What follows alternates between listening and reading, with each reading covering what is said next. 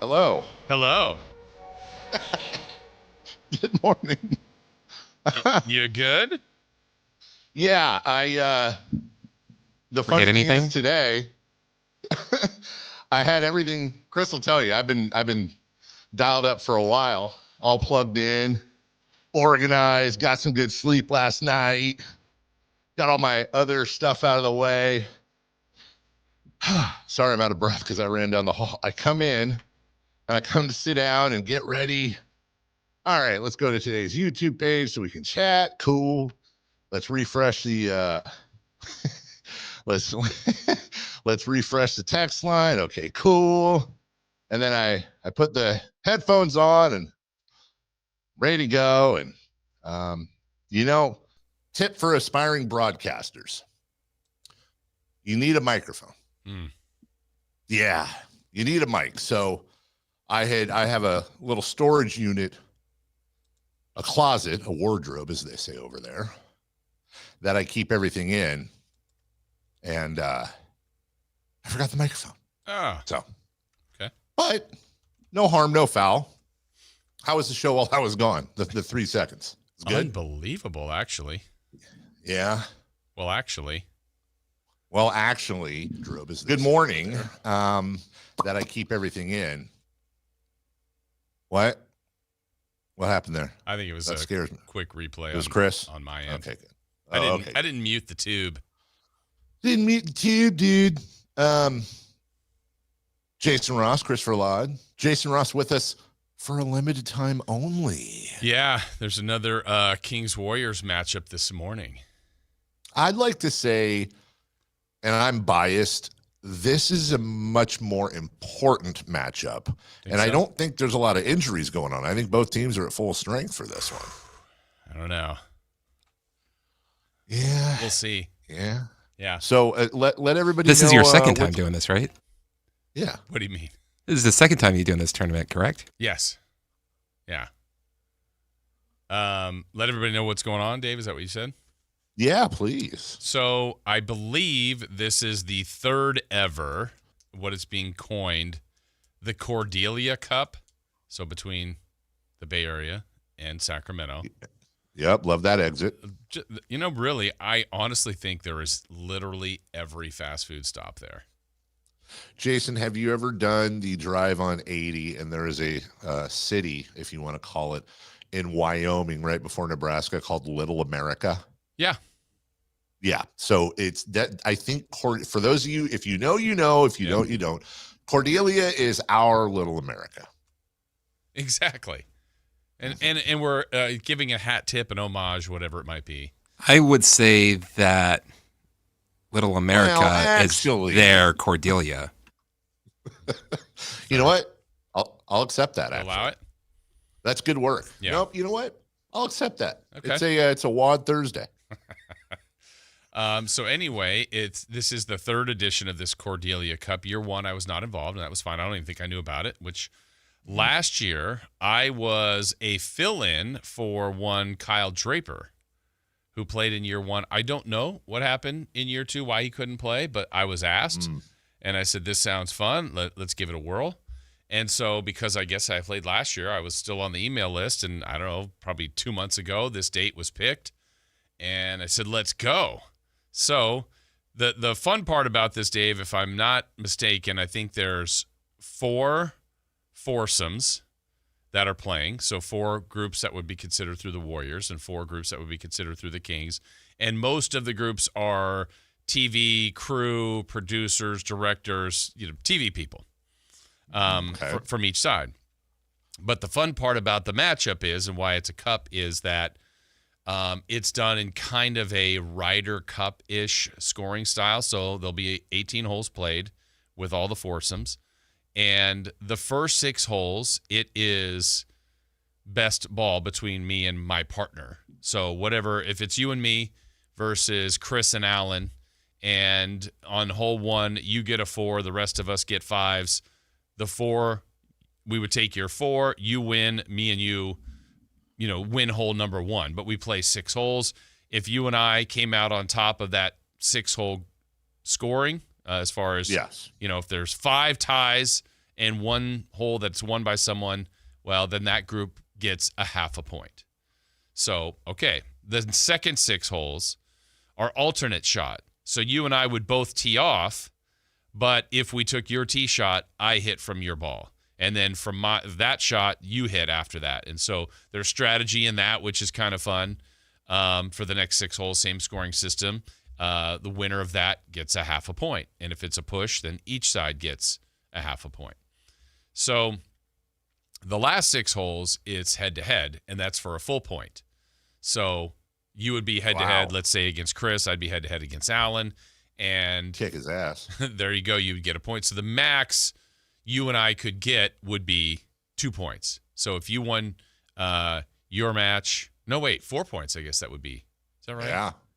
Yeah, I think so. I think it's 4 points. Or is it 3 points? I don't even know. I don't know what I'm just agreeing. I don't know. I should clarify that. But anyway, the last 6 holes is worth 1 point for each singles match.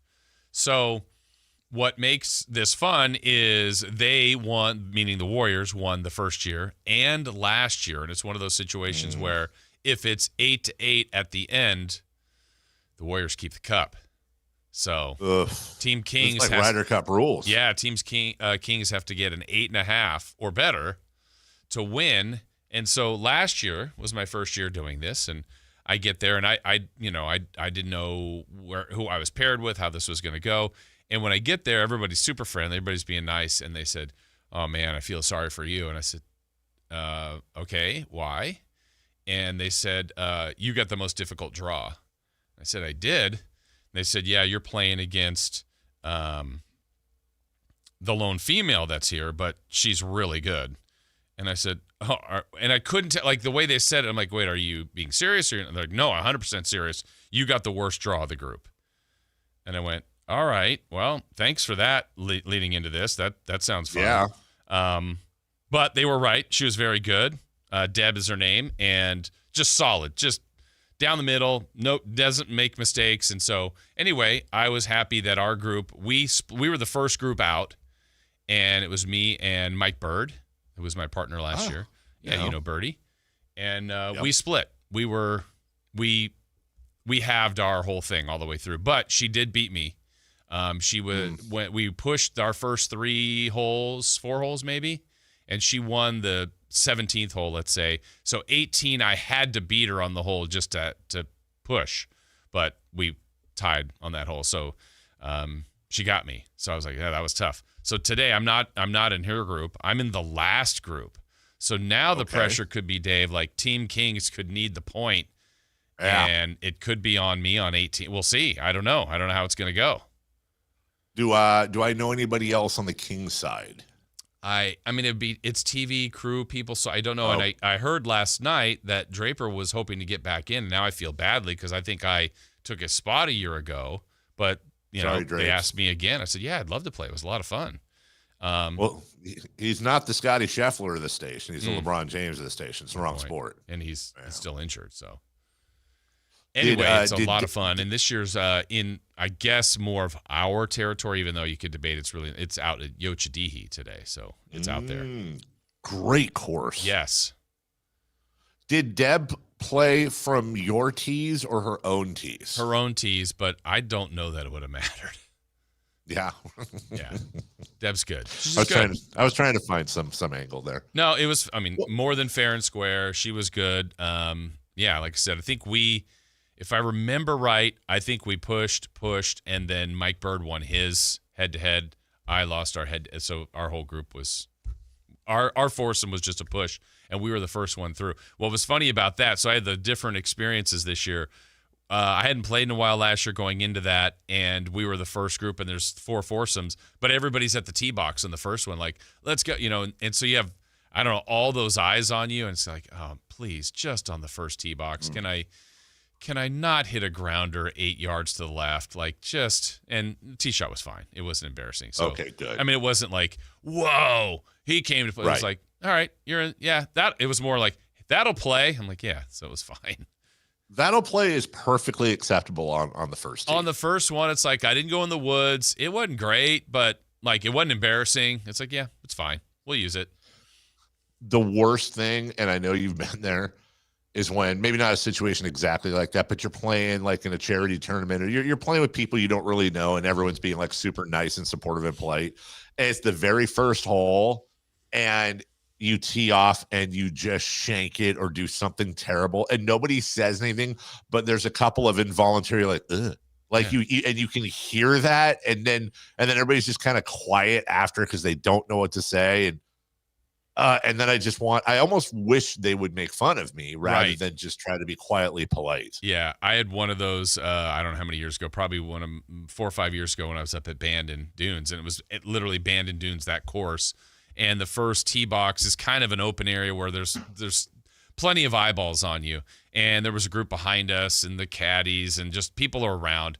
And I hit one of the Dave, I hit it dead left. Like if we're, where you're sitting normally in the studio, I hit it left, which would have been sharp to the window, like by our parking lot. And it just got into thick. I mean, I could throw it farther. It was just terrible. Just a terrible tee shot. And everyone's like, oh, first ball, breakfast ball. And I'm like, right. Sure. It was great. I'm like, sure. I'm already embarrassed. I'm like, I'll hit a second one. And usually the second one is much better. I'll be fine. I literally hit the next ball 6 inches from the first ball. It was great. And we were with 2 other people in our group, and they're like, oh, this is probably going to be a long day. And you're just knowing that's like. the worst. I'm like, I'm not. Well, I'm obviously this bad because I just hit 2 in a row in the exact same spot. It got 100% better. But it was just like, that's everybody's first impression. I'm like, yep, I'll just, like, you want to hit another one? I'm like, no, I want to get far away from everybody right now. Yeah, I want to go hit myself in the stomach. I want to throw the ball in the fairway 300 yards ahead and make you guys forget this happened. It's better to do that, though, than like, I'm sure you've done, I think anyone listening who's a normal golfer has gone through all of this. There's also the ones where like, okay, you're going to know what I'm talking about. You're playing with people that you've never really played with before, but let's say they're friends or acquaintances or whatever. And like the week or days leading up to it, all you're doing is anytime it comes up, you're trying to lower expectations. Like, hey, no, you're going to trust me. You're going to have fun. You're going to beat me. I'm not that great, blah, blah, whatever. You're just trying to lower expectations. And then, like, have you done this too, where, like, then you tee off and you just bomb it. And then they're like, oh, not that great, huh? And then let's say your second shot on the green in regulation. Yeah. And then you either, let's say, birdie or you par the hole, and you're just kind of getting it in your ear the whole time. It's good trash talk, but they're like, oh, somebody's a sandbagger. I'm not really good, right? And then by hole 4, they're not saying any. They're like, oh, he wasn't lying. Yeah. It just, what happened to that guy? Yeah, he said he was an 18 handicap. It's like, I'm telling you. Yeah, just trust wait for me. It. Right. It will all just wait till hole 8. I have 3 good holes per 18, and one of them happened to come on the very first hole. Let's just all calm down. Exactly. But you'll see plenty of the magistry of the game. Yes. Yeah. You'll get to know the course quite well with me, especially if you're in a cart with somebody that you don't know, and they're playing well, and then you've got like, theirs is in the fairway, and you've got to like go in between 2 sand traps and up on a hill and under a tree, and then they get hit by a branch, and they're just thinking, dude, can you just hit the ball straight, please? Yeah, there's so many of these things, like, for anybody. I mean, you're just describing just everybody's rounds with different people, with new people, with some days you're just better than others. Other days you're just, have I played this sport before? It's such a funny game. Golf is just bizarre. Or I think what happens probably more than not, I don't know if you agree with this, but based on just playing this many years, like, there'll be a day like, wow, I don't know if I've ever been better than this off the tee. And then, like, why am I the worst putter that's ever lived? Like, or it's vice versa. If I could only drive the ball, it's like, it's just why the sport, you can't put it together, or I can't put it together consistently. It's just, I don't know. It's frustrating, but humbling, fun, and torture all at once. Yeah, I hate it. I'm never playing again till today, and then after that, never again till the next time.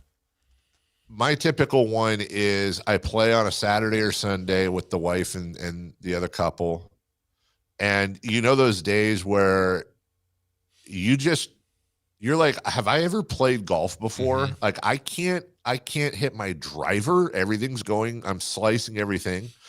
I can't hit my iron. Even the ones that I hit sound terrible. Yeah. I can't putt.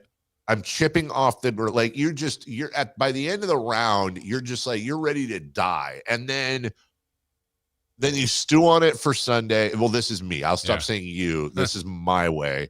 Then I stew on it Sunday. And then sometimes Sunday evening, I just freak out. And I send Tom Morton, my guy over at Hagen Oaks, I send him this long soliloquy where I'm like, you do this for a living. Why would you dedicate your life to this sport? Why are you scamming people into spending all this money and time on this stupid sport so they can basically want to kill themselves every 18? Like, what are you even doing? I hate you. Like, that kind of thing. And then he'll talk me down, and then he'll be like, let's meet. Hey, Tuesday at 11:30. You got time? Let's see what's going on. And then I'm ready for it. Monday, whatever. I'm thinking about it. I get in there. I get to the range with him, and he, do some stretching, and then I'll grab like a wedge or a 9-iron to start. And I just take a nice easy swing, and it's. Oh, okay. I hit that one well. Wow, a little bit of draw on that. All right, we work down to the next thing you know, long story long, 10 minutes later, I've gone through all of my clubs, including my driver. I'm basically hitting like a cross between Tiger Woods and Rory McIlroy on every shot. Is beautiful. It's got a little draw to it. And he'll look at me like, so what did you say was wrong? And that actually, it's like when you make an appointment with the doctor because you don't feel well or something's nagging, and then you go there and all your symptoms are gone. It pisses me off, dude. I'm telling you, my ribs were hurting, or this hurt, or I had 103 temperature. Well, it's perfect now. Like, well, I did. Right. Yeah. Right. Or if you go in and you suck, and then he'll straighten me out on some things, and by the end of the lesson, I'm hitting everything amazing. I'm like, I cannot wait. I got to go out. Hey, sweetheart, can we play? You got to take the day off tomorrow. We're gonna go. Yeah, we're going out there right now. And then I get on the team, like, boom. You know what? I think I'm gonna threaten my record today. I'm gonna go for it. I'm gonna par every hole. I'm gonna hit a couple Here we go. First drive in the bushes. I'm going to the senior tour. I've got this game figured out. Oh my gosh. And imagine for me when I do the golf trip every spring usually, and that's the most golf I'll play all year. It's like about 5 days in a row. And in that 5 days, I get all of that because there's like usually the first day I haven't played in a while, whatever, that's fine. Maybe like day 2 or 3, it's like, whoa, like this was a good round. Maybe I'm finally playing. I swung a lot of shots the last 2 days. And maybe like the 4th day is the day my body feels the best. We've been doing a ton of walking. I'm loose. And then it's like, I was actually okay yesterday. Why am I terrible? This should be the day I'm good now. I'm like fully adapted and everything. It's just, it's a weird game. See, I think about your trip more than I should. Because like for example, I mean, that's your trip and your thing, but let me give you an example. If you said to me one day, you were like, hey Dave, Fred Smith bowed out, any interest in coming up? I've thought about this. Like I would tell you no, and then I would have done this talk with you. No, I promise. I would tell you no, but then I would have had this talk, which I'm going to have with you now. I can't do trips like that. Because I don't have the mental stability that you do. Like what you just described, like you said, I get it all. I'll have a bad day. Here's my problem.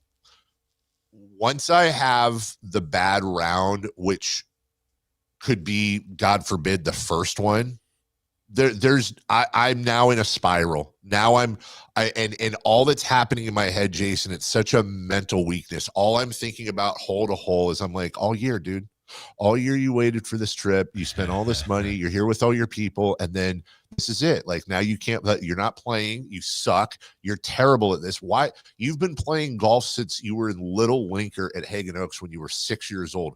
How much money have you spent? How much time have you spent? You never get better, dude. And every time you think you get better, it's not like baseball or basketball. Like I go out there, I'm playing basketball every week. I might have a game where I'm missing some shots. I might have a game where but I'm in a baseline of where my level is at, highs and lows. The peaks and valleys aren't that crazy. In golf, legitimately, I can go from a chance to birdie any hole I'm on to if I'm under triple bogey, it's amazing, and only because I zigzag my way. So I would just fall off a cliff mentally, and then by day 2, I'd be like, oh, guys, yeah, you know what? You guys go ahead. I don't feel good. And then I just sit in my room looking at the mirror, just stewing and thinking about just what is life? Why does it exist? Why does God hate me? I hate the world. I hope everybody suffers as much as I do. It's a really strong, stable mind for golf. Really strong. Actually, though, I can't say. I think I had, I've had a couple of, I don't know if it's mind shifts. I honestly, and I'm not just saying this, one thing I would probably prefer to do, but just you don't do it. I could get away, Dave, I think, with playing and not keeping score.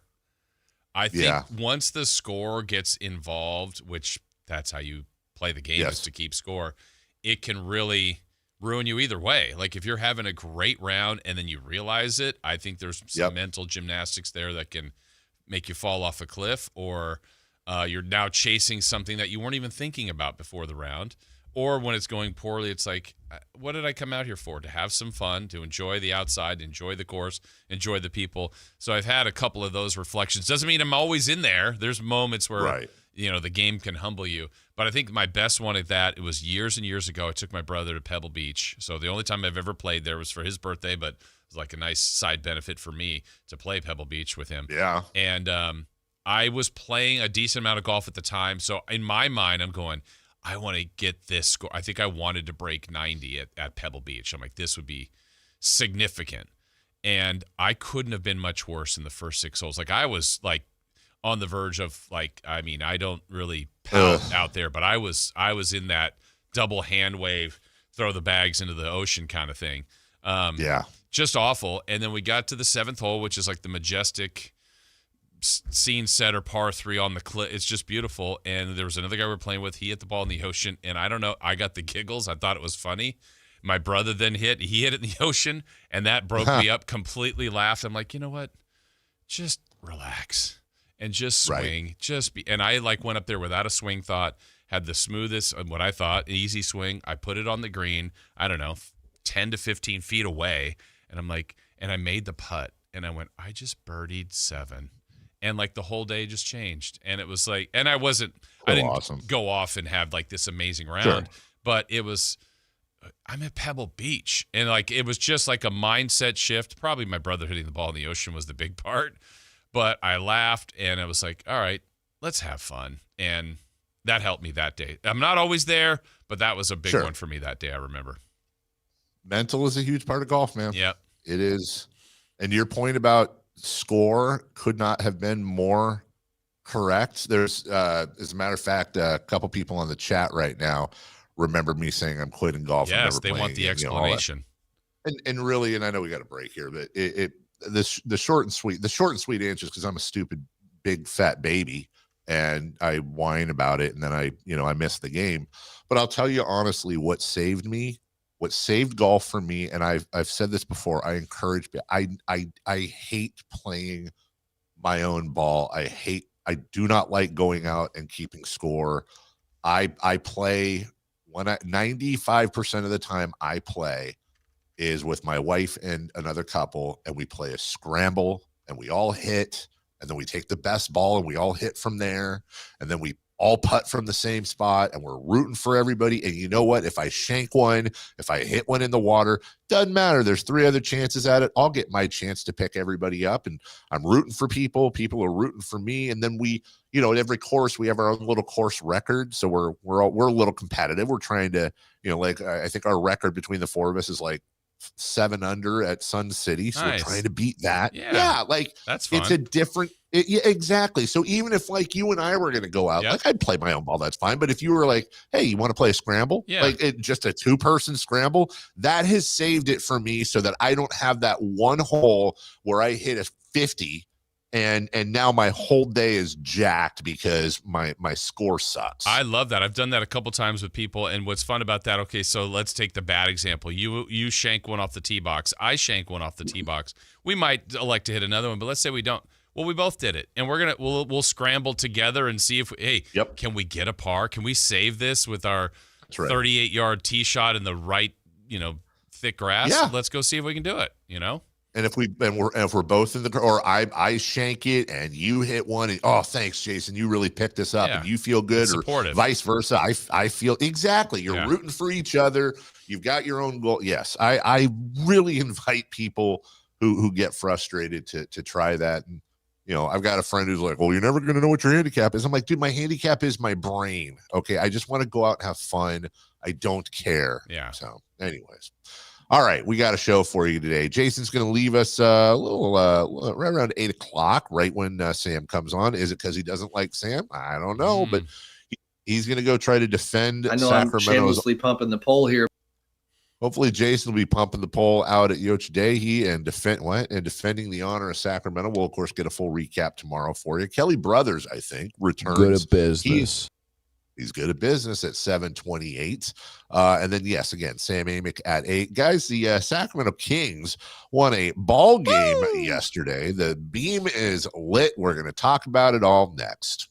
Domantas Sabonis plays here. He finds Sabonis, put the frosting on the cake, put the cherry on the sundae. Sabonis with a two-hand flush makes it 114-106. Sactown Sports is your proud home of the Sacramento Kings. Wesley Financial Group is not a law firm, and Chuck McDowell, definitely not an attorney. This is Chuck. If someone talked you into buying something really silly and you want to get out of that silly little thing, my advice, get the facts. Call me and I'll send you our timeshare exit kit absolutely free. Inside, you'll learn how timeshare works and all your options for cancellation. Call Wesley now for your free exit info kit. 800-646-5454. That's 800-646-5454. That's the sound of James adding long-lasting Gain scent boosters to his laundry this morning. Several hours later, James sniffs the irresistible scent of Gain on his shirt. Gain. Several hours later, James has even caught the attention of his mother-in-law, and she never gives him attention. Ooh, you smell amazing, James. Oh, thanks, Mom. I love you too. I never said that. Add Gain scent boosters to your laundry. Add joy to your day. Get in the zone, AutoZone. A blown left headlight is making Erica's drive to her son's soccer game darker and darker. So she goes to AutoZone. Welcome to AutoZone. What are you working on today? Where a friendly AutoZoner finds her 2 new bulbs. These lights have the most clarity. And helps her get back on the road so she can brighten her drive and the cheering section. All right, all right. See clearer and drive safer with new lights. No hassles, just help. Get in the zone, AutoZone. Restrictions apply. Wesley Financial Group is not a law firm, and Chuck McDowell, definitely not an attorney. This is Chuck. If someone talked you into buying something really silly and you want to get out of that silly little thing, my advice, get the facts. Call me and I'll send you our timeshare exit kit absolutely free. Inside, you'll learn how timeshare works and all your options for cancellation. Call Wesley now for your free exit info kit. 800-329-2121. That's 800-329-2121. Black Friday savings start now. Get your best deal through the end of the month at Folsom Lake Honda, your one-stop Honda shop. With Black Friday savings during Happy Honda Days, own or lease your new Honda Accord or Civic today. Your one-stop Honda shop. As a family-owned and operated dealership since 2009, customer service is our #1 priority. Our customers love doing business with us, and you will too. Folsom Lake Honda is your one-stop Honda shop. Folsom Lake Honda. Visit us at FolsomLakeHonda.com. Your one-stop Honda shop. When the Kings light up the court, Sacramento lights up the night, and it all leads to Revival at the Sawyer. All November long, show your Sactown Sports app and enjoy buy one, get one half-off beverages. From pregame anticipation to postgame celebration, Revival is the rooftop for true fans with elevated views, unbeatable energy, and that signature Sacramento spirit that connects us all. Revival at the Sawyer, where the city and the team both rise. Reserve your table today at RevivalSacramento.com. Offer valid once per visit per person. All you gotta do is put a drink. Eric Church is back and bringing his unforgettable live show to Sacramento. Eric Church Free the Machine Tour with special guest Charles Wesley Godwin.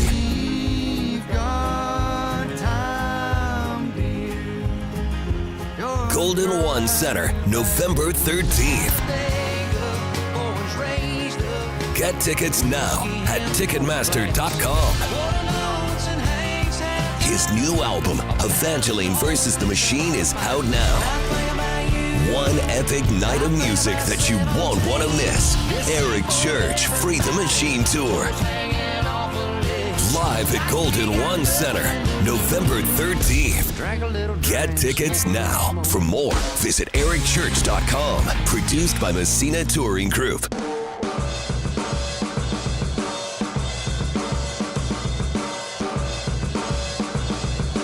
The Carmichael Dave Show with Jason Ross. Call or text at 916-339-1140. On Sactown Sports.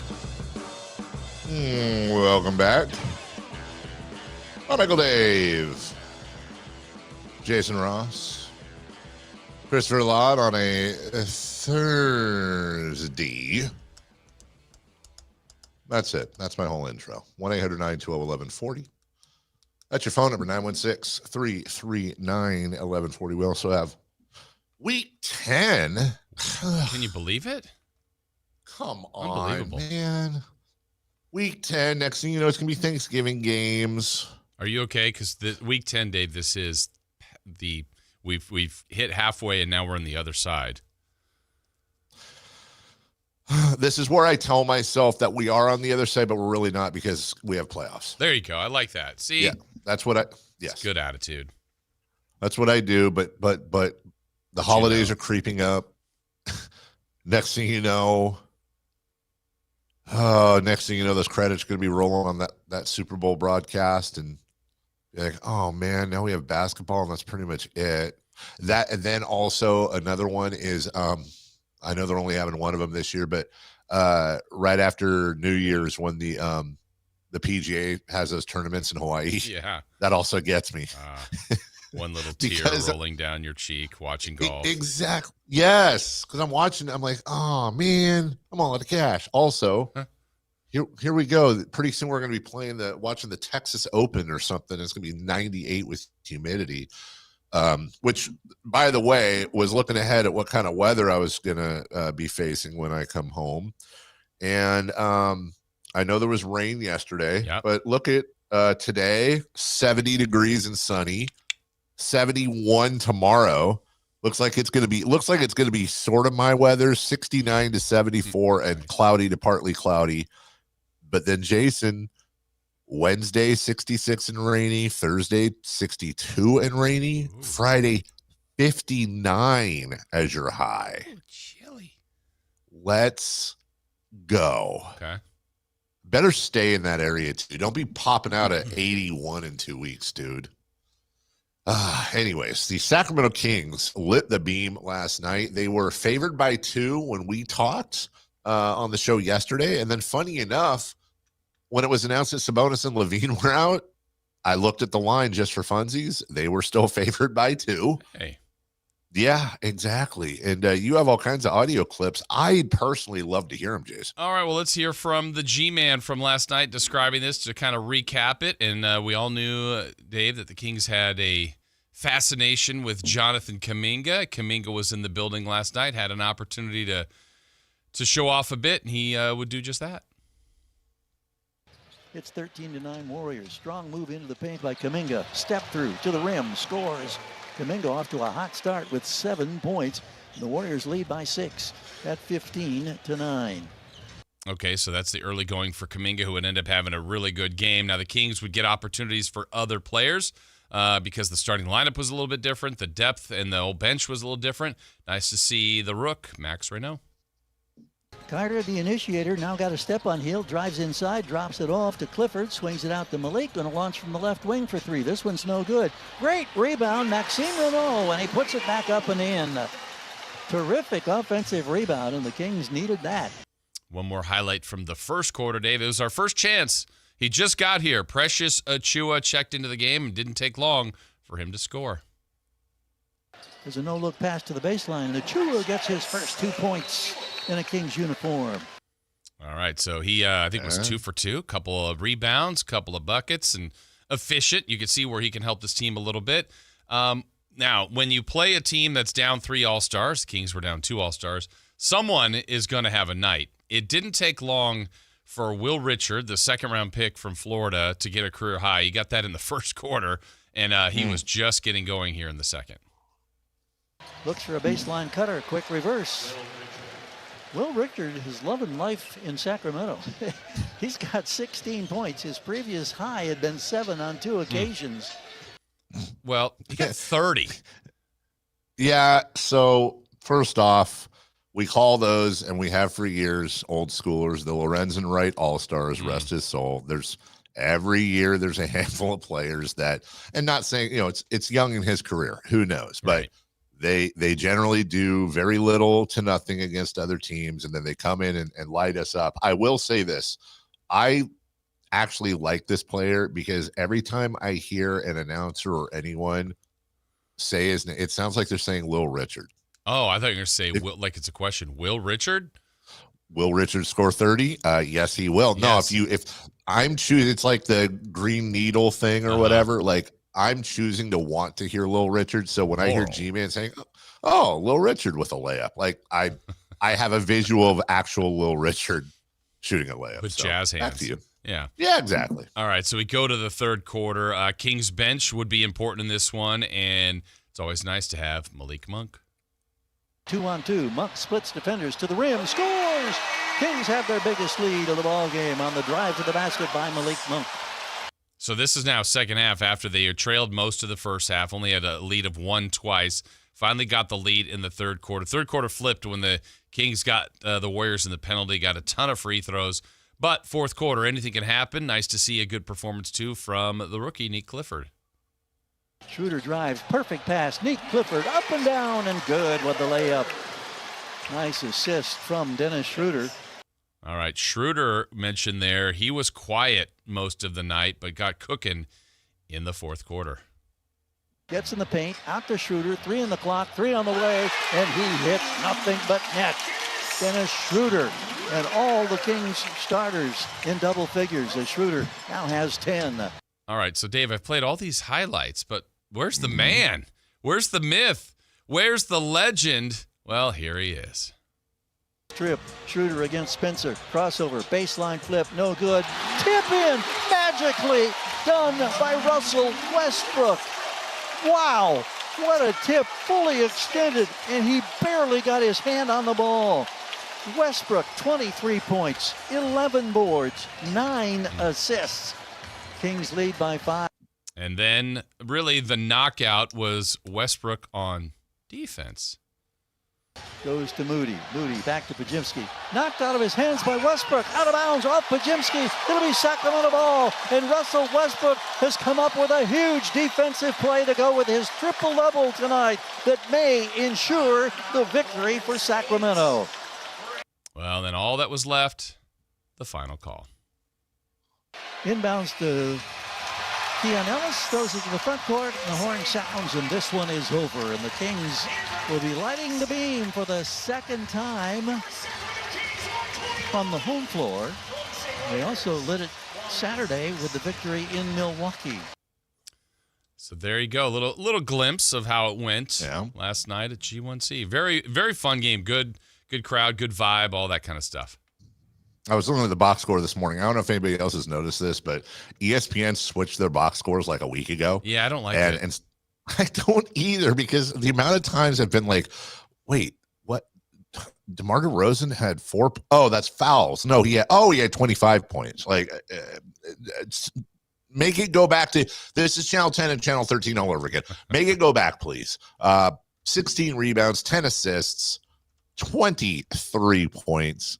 A triple-double, as you said, for Russell Westbrook, including the big defensive play, 121, 116 is your final. Kings coming back from a 7-point first quarter deficit. The debut of Precious Achua, Maxime Reynaud with a huge block as well during the game. We got a lot to talk about.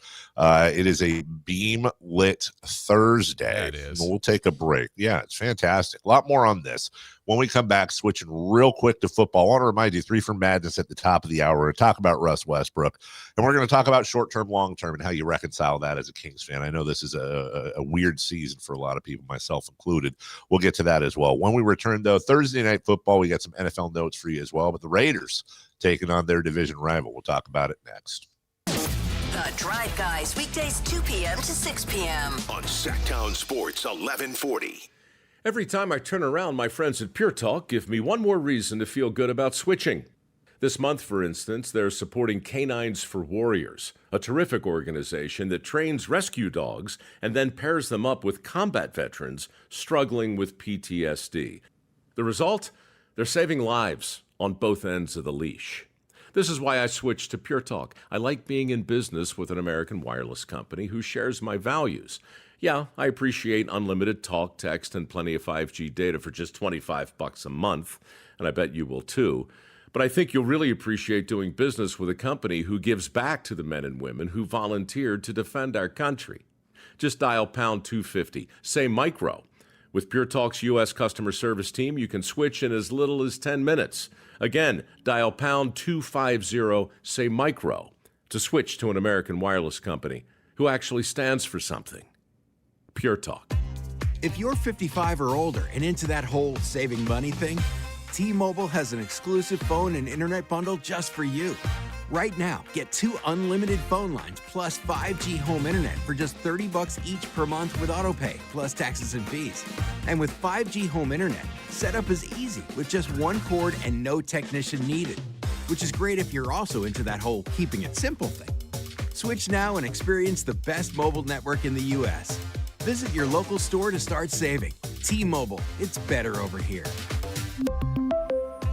Based on analysis by Ookla of speed test intelligence data Q4 2024 to Q1 2025. Ookla trademarks used under license. Unlimited on our network. Customers on voice plan may notice speeds lower than other customers and further reduction if using more than 50 gigs a month due to data prioritization. Video streams and SD on this plan. Home internet pricing after $20 a monthly bill credit plus $5 per line without autopay. Debit or bank account required. See 5G device coverage and access details at T-Mobile.com.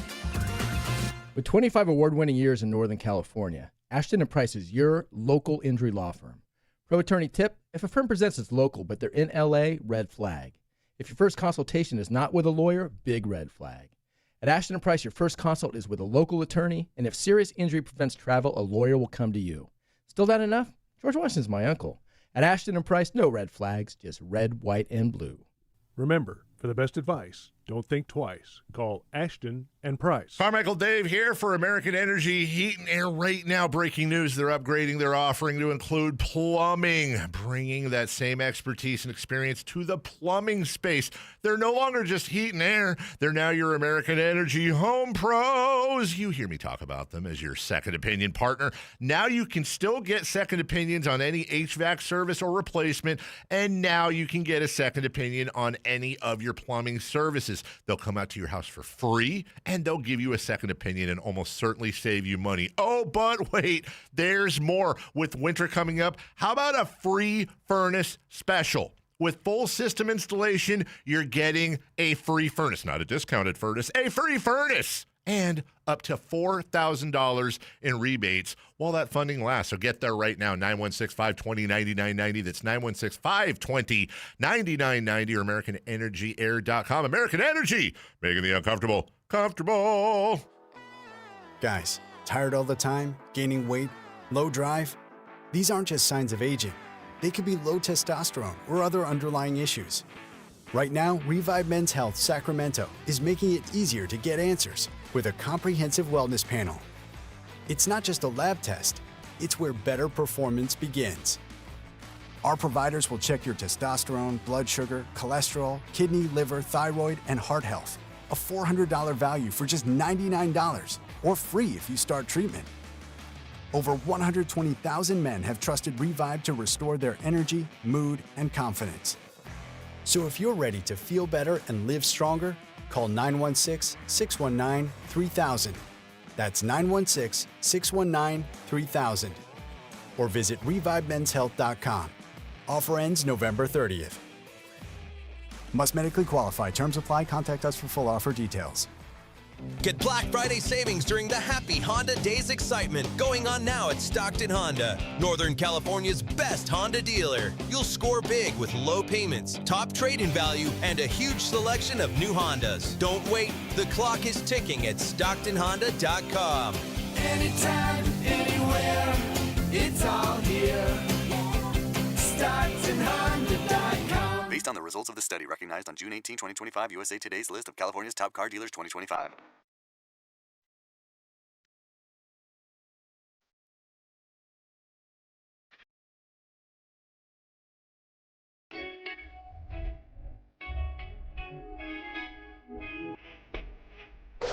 Waking you up with the best in local sports. They just make it interesting, you know? It's the Carmichael Dave Show with Jason Ross. On Sactown Sports.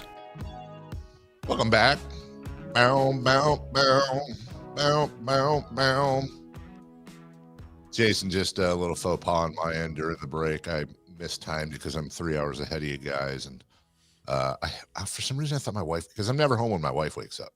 Right. I thought she got up at 6, but she gets up at 7. Set the screen. So he did a nice thing. I thought I'd call her during the break. Hey, good morning. You know, that type of thing. Why are you calling? As soon as she answered the phone, I knew I had made an error. Yeah. With the she said, oh. I was like, oh, are you? And then of course my stupid react. Are you sleeping? Yes, 6. I was like, okay, well, I was just saying good morning and love you. Oh, yes. Click. It's just that is also the worst time to get woken up. When? Like right 15 before you're minutes about to before wake up? you're about to wake up. I'm 100%, Chris, you're so right, because I have, not in this situation, but I have done that to her before. And yes, that I'm going to hear it later. She won't be mean about it, but she'll just let me know that I woke her up 15 minutes before her alarm was going to go off. And now all of a sudden that 15 minutes of sleep she missed out on because she's 100% not going back to sleep, that 15 minutes is going to be the difference between good mood and bad mood. And I think I've told you guys this before. Have you ever seen those little, stuffed animals that you can turn inside out and they're a different color? Yeah. Okay. So I think I've told you this. If I haven't, we have an octopus at the house and it's a green octopus. But if Melissa's in a bad mood, one of us will turn it into an orange octopus to warn the rest of the family that mommy's on the rampage and everybody be kind. So I think I turned green octopus to orange octopus. Okay. But I won't be there to deal with it. Sorry, Mason. Sucker. Anyway. Football tonight. Broncos Raiders. Okay. Yeah, how about that? It's in Denver. Yep. Yeah, the Mile High Mm-hmm. Denver. How about that? Yeah, these are two teams going in different directions, Jason Ross, and we're in the middle of the season, and the Raiders are really, I think, at this point looking towards the future, whereas the Broncos are trying to figure out what they are. Yeah, and the Broncos at this point. Is it, let's see, 1, 2, 3, 4, 5. Yeah, 6 in a row. They've done it in a variety of ways, beaten good teams, had to have that miracle comeback against the Giants. They can win an offensive game like they did 2 weeks ago against the Cowboys. Their defense, I think, is still the best thing they do. They had that low-scoring game with the Texans this last week. Bo Nix has been great. I think they're well coached. They're undefeated at home. Short week. Look, anything can happen. We know that's sports, but I know the Broncos are touchdown plus favorite for a reason, and this should be a good night for them. I'm assuming the way the Raiders have played. Geno's was better this week, but he hasn't been very good for them this season. No, he hasn't, and this is their first post Jacoby Myers game. You mentioned the Broncos, and still I keep waiting for it. Nick Benito is the maybe the most underrated player in football right now. He's so damn good on defense. Plus, they have Dre Greenlaw and a few other studs. Talanoa Hufanga as well, a couple of ex-49ers there. it's a good team. And you're right about Bo Nix. Bo Nix is he's interesting. He's interesting because I don't know if he's A level yet, but you look up and you look at what he does, and he's kind of knocking on that door, Jason. He's got 2,000 yards and 17 touchdowns through just a little over half the season. He's on pace to, if these numbers hold up, Jason, he's going to be just under 4,000 yards. He's going to be around 32, 33 touchdowns and around 10, 12 interceptions, which is, the interceptions are a little bit high, but that's pretty good. Plus another 400 yards on the ground and 6 touchdowns. He got 3 rushing touchdowns this year. And they seem to feel like he is definitely their quarterback of the future. I look at the Broncos and they're one of those teams, like when you look at the NFL this year, there's a handful of teams. I would say the Patriots, the Colts, the Broncos, maybe the Bucks, and the Seahawks, where they've all got really good records right now. They've all got some quality wins, but you look at them, it was like the conversation I had with you the other day. Would you take these couple of teams or would you take the field? Like, the Broncos are kind of in that category with those other teams where I go, I think they're going to make the playoffs. I think they're good teams. Hard for me to imagine them winning the Super Bowl this year. Yeah, and I know I'm guilty of this when, let's say we get down to the playoff time and the Broncos are playing, well, I'll pick a couple of teams here. The Ravens, if the Ravens get there, it's like, well, I've seen them do well before. I thought they were going to be good before the year. I probably would trust the Ravens slightly a bit more, even if the Broncos had the better record and they were hosting the Ravens. Same with the Bills. Certainly I would say that with the Chiefs, just because, look, how many times have we seen the Chiefs, no matter what their record is, get to the postseason, Mahomes and Andy Reid figure it out, and their defense plays well, and like, here they are back in the Super Bowl. So it's unfair to these teams like the Colts, like you said, like the Broncos, like the Patriots, who are all doing the things that would lead you to believe that they're very good. It's just because they hadn't made that next leap yet. But this is kind of the first run at it, really, for Denver. And so why couldn't they? Why couldn't they be that team that gets through the AFC? Well, I would say this, too, to your point. Sean Payton, say what you want about Sean Payton, he's a good coach. Yep. And I think there were a lot of people like me the year he won it with the Saints that went, the Saints are a really good team. But I just can't imagine New Orleans being a Super Bowl champion. And next thing you know, they're hosting the Vinny L. So I don't feel like I feel like they're a receiver or a stud running back away from that, but they're definitely part of that next generation. In other news, Kyler Murray has been moved to the injured reserve, so you can pretty much I know they got a win last week, but the Cardinals they were already cooked anyways. And then my favorite story out of the NFL, Rico Dowdle was fined. If you guys haven't seen the Key and Peele skit, then a lot of this isn't going to make sense, but he was fined for what is being called a 2-pump celebration. We're talking about just think like Michael Jackson pelvic thrusts. And the Key and Peele skit is that you can do 2, but you can't do 3. And in the skit, the receiver who scores the touchdown puts his hands behind his head. And he does the 1 pump, and he does the 2 pump, and then he does a 3rd pump, and they throw the flag. It was that type of thing that was his celebration. Well, what everyone forgot is that Key and Peele do not write the NFL rule book. So that was not unnecessary roughness. Whatever the hell the call was, illegal. What is it? I don't know if they call it taunt. Yeah, unsportsmanlike conduct. Yeah. Taunting, whatever. The fine was $14,000, almost $15,000, $14,491. So Rico Dowdle put on Twitter that, quote, after much thought, I've launched a GoFundMe for my fines.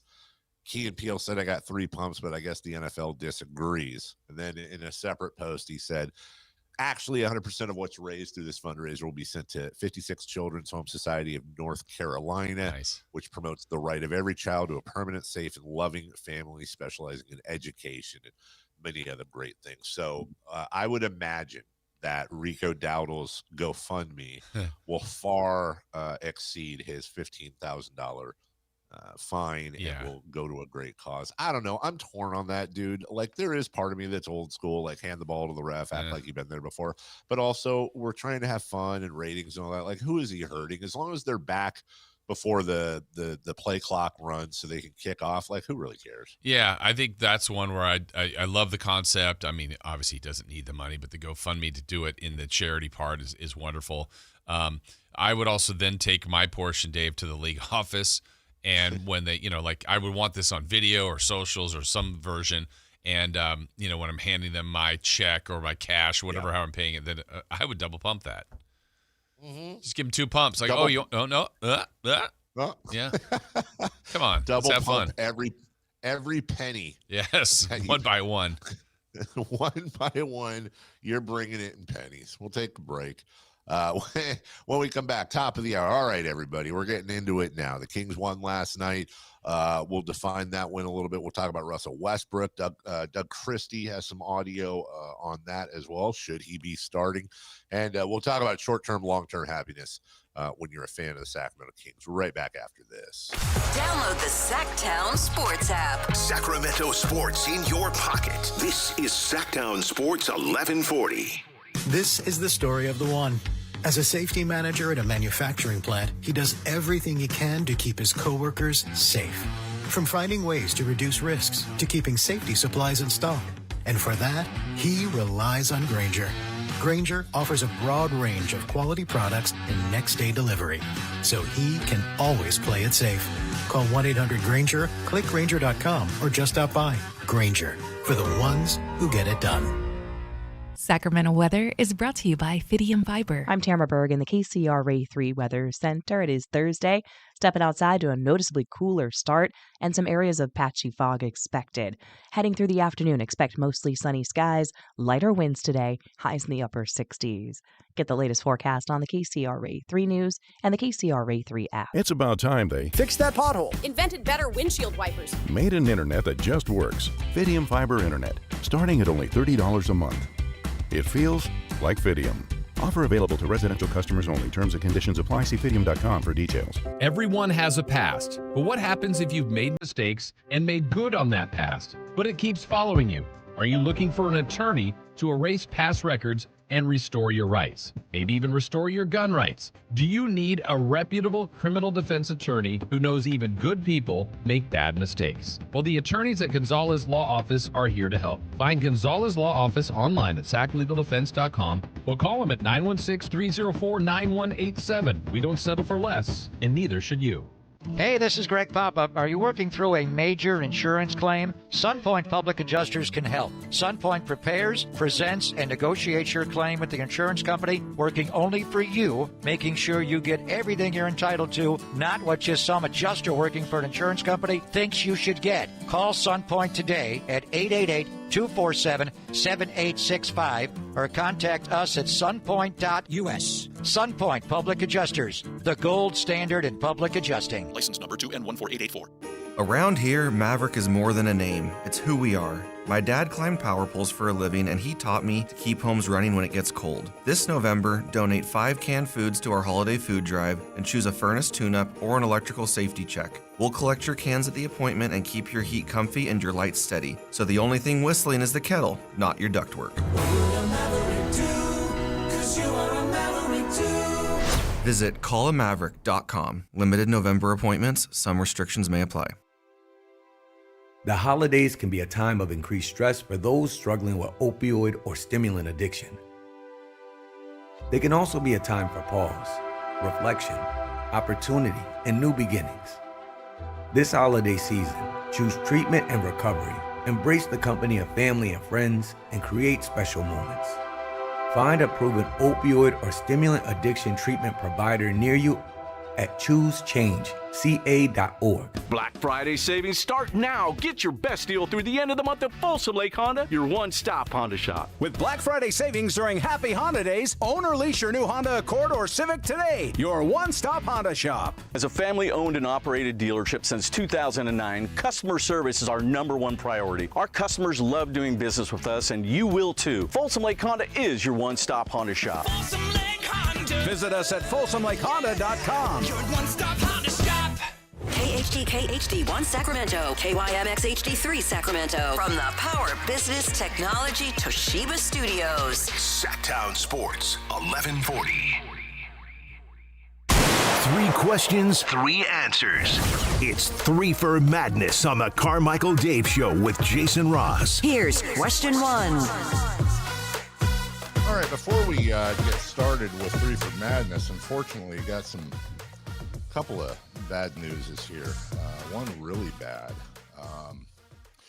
Let me first start with Miami Heat coach Eric Spoelstra.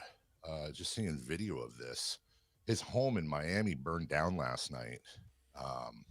Just a massive, massive fire. They had video of it. They had video of Spoelstra outside the house, just kind of as any of us would do, pacing, completely helpless while your home is burning down. So thoughts with him, but no reports of any injuries or anything like that. I hope that's true. I hope that stays there, not just humans, but pets and all that. And hopefully everything's insured, and it sucks, but hopefully he'll be able to, rebuild and move on. Not so much here though. NFL statement just came across. We are deeply saddened by the tragic news of the passing of Cowboys player Marshawn Kneeland, who's 24 years old. Our thoughts and prayers are with his girlfriend, Catalina, family, friends, and his teammates. We've been in contact with the Cowboys and have offered support and counseling. I don't have any other details. They may be out there. I didn't look for them. It doesn't really matter. Look, anybody who passes away at 24 years old is a tragedy in itself, but that's tough. That sounds so stupid. That's tough. You know what I mean? That sucks. I don't have anything. Jason, we've had this conversation many, many times. I have absolutely nothing, nor is there anything profound to say. Young man passed away. That sucks. It doesn't matter if he's a football player or not. No, your thoughts are with his loved ones, and it is what it is. What do you do, right? That's just a sucky. But it's our job to report it. So there you go. Marshawn Kneeland passing away at 24 years old. No segue out of that, guys. So we'll just go into it. 3 for Madness. Chris, question 1, please. The Kings won last night. Injury luck, or is there something there? Yeah. You could say injury luck, but Kings are missing arguably. I don't even know if it's arguably. Their 2 best players. Now, you could say the same thing about the Warriors, but look, we talked about it yesterday, dude. I'm not pulling any credit away from the Kings today after spending yesterday talking about how these are the games they end up losing by 20, not just the injury issues. And I'm talking about on the other team. When another team comes in shorthanded, how many times, and I know a ton of Kings fans out there kind of let out a big sigh. We found out, we told you yesterday, Curry wasn't going to play, and Jimmy Butler and Draymond Green likely weren't going to play. A lot of us thought the same thing. Well, here we go. And then when it came across that Zach LaVine and Domantas Sabonis would be out along with Keegan, who was already out, then it was really like, okay, well, it's the nobody's playing bowl. Let's see what happens. And as often as not, Jason, we've talked about this with like UFC or boxing cards that don't have any names that really pop out. Sometimes these end up being incredibly fun things, as it was last night. Kings pull out the victory. And I think what I would say is this. I don't know if this signifies anything other than an isolated win, but I would say I think kudos to the coaching staff for pulling the right levers and making the right adjustments with what they have to work with to be able to not just pull out a couple of wins, 3 to be honest, but also, as we've said before, in their 5 losses, they lost by 4, by 7, by 6, They had the 13-point loss in Chicago and then by 6. So really, all but one of their 5 losses have been by single digits, and they've had leads in those games or been right in them. So I would say with the injury issues and also as we've talked about the roster construction, how do we not give credit to the coaching staff? How the hell else are we supposed to grade these guys? So I would say big W for the Kings, but big W for Doug Christie and his assistants. Yeah, they've done a really good job of, I would say, look, it's 8 games in. I think we all looked at the schedule before the year, even if they were 100% healthy and everybody they were playing was 100% healthy, that it was a really difficult first 18 games. It's just the way it laid out. 9 of them against OKC, Denver, and Minnesota in the first 18. And they're not through it yet. In fact, they've only played, what's scary about that, let's see, they've played 8 of those 18. And they've played those teams twice. So if we think about that, 7, is that right? Wow, 7 of their next 10, do I have that right? Yeah, are against OKC, Denver, and Minnesota. Minnesota, in fact, 3 of them. 2 more with Denver, 2 more with OKC starting Friday. So, I mean, look, it's going to be difficult, but it was difficult already, and they had, yes, the Warriors were missing players. But I don't think the Kings, the one player I don't think is getting enough, we're talking about it, but just other people when they say, oh, well, the Kings were shorthanded last night because they didn't have Levine and Sabonis. Dave, we've talked about this roster construction. I think maybe the most important piece that's been missing is Keegan. And, yeah he's not an all-star, but he is by far their best starting defensive player, a really good two-way player. And so they've had to play the whole season so far without him. With all that, I would say the thing that Doug Christie, the thing that Scott Perry said before the season, their entire goal, obviously they want to win as many games as possible, was to establish a culture. I don't think you've done it in 8 games, but you don't do it in 8 games, right? So it's happening. And what I would say what they are building with the current group, that if the group even changes, is a team that competes. And I think they play hard, and that seems like, oh, they all do. And they don't always. I think they play hard. And even last night, the first half wasn't really that pretty, but the half gets here, I'm like, wow, they're in the game. And that's kind of to your point with these losses that they've had, even in stretches, you're like, they're not guarding anybody. They're giving up 70.5. They've given up 37.25. They're in the game. So I think their calling card so far through 8 games, win or lose, is somehow, some way they stay in these games. And I think their compete level and playing hard level is really high right now. No, I completely agree with you, Jason. And we said it's their first 18, is that right? Before they play Phoenix? Okay. So let me just do some simple math here. Okay. So when you want to talk about, well, and this isn't a question, but let's just keep a running tally. Are the Kings at expectations, below expectations, or exceeding expectations? Well, that's a loaded question because it depends on what your expectations were. I can only speak to my expectations. And I would say right now, mathematically, they are exceeding expectations. Why is that? Because when we took guesses as to how they would do over this 18-game gauntlet, I said I thought they were going to go 5-13. As of right now, they're 3-5. That's a .375 winning percentage, which means that they are on pace to win 6.75 out of their first 18 games, somewhere obviously between 6 and 7 games, closer to 7. So that's exceeding my expectations by at least a game, if not 2 games. That being said, they have what, 10 left in this first 18. Yep. They have 5 at home, 5 on the road, 4 of those on this trip here, or 5, 4 more on this trip. Then they've got that 5-game trip, and then 1 more against Minnesota at home before it gets a little easier with Phoenix and Utah. So with them being 3-5 right now and 10 games left, they'd have to go 2-8 for me to hit my prediction. Look, that's obviously in the ballpark. Don't get me wrong. When you look at this murderer's row, I think we're going to find out a little bit more about this team, Jason, Saturday. You're going to have an Oklahoma City team that has been resting just as long as the Kings have been. They'll get a couple nights of rest. They suffered their first loss last night up in Portland. So the idea is they're going to be rested. They're going to be hungry. They're going to be ticked off. Let's see how that game goes. We can learn a little bit more. But as of right now in the micro, it's a nice home win. Yeah. And like I said, 10 left before they get through that first 18. So keep in mind, 7 of the 10 are Denver, OKC, or Minnesota. Now, that's all tough. The other 3, you're thinking, okay, where's the light at the end of the tunnel? Well, it's still San Antonio, Atlanta, and Memphis. So Atlanta is going to be without Trae Young in that game. And Minnesota, we thought they might face him in 1 or 2 of these games without Ant. He is now back. So they're getting some breaks. Some aren't falling their way. But we also don't know how, if Sabonis and Levine are out for any extended time to still go with Keegan, that's going to make it difficult. We saw in the lineup last night, Dave, that I thought might happen. We predicted it would in the pregame. They had 5 guys on the floor, 6'7" or under. When I think it was Neek came in for Eubanks, they had Neek. I want to say it was Neek, Schroeder, Monk, Ellis, and maybe it was Westbrook. It was I don't know. Oh, no, it was DeRozan. I don't know if Neek or DeRozan was technically playing the 5. They're already undermanned. They're even more undersized now. But to their credit, they found a way yesterday.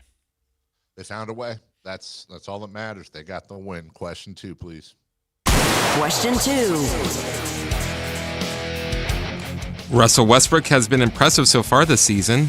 Should he be starting?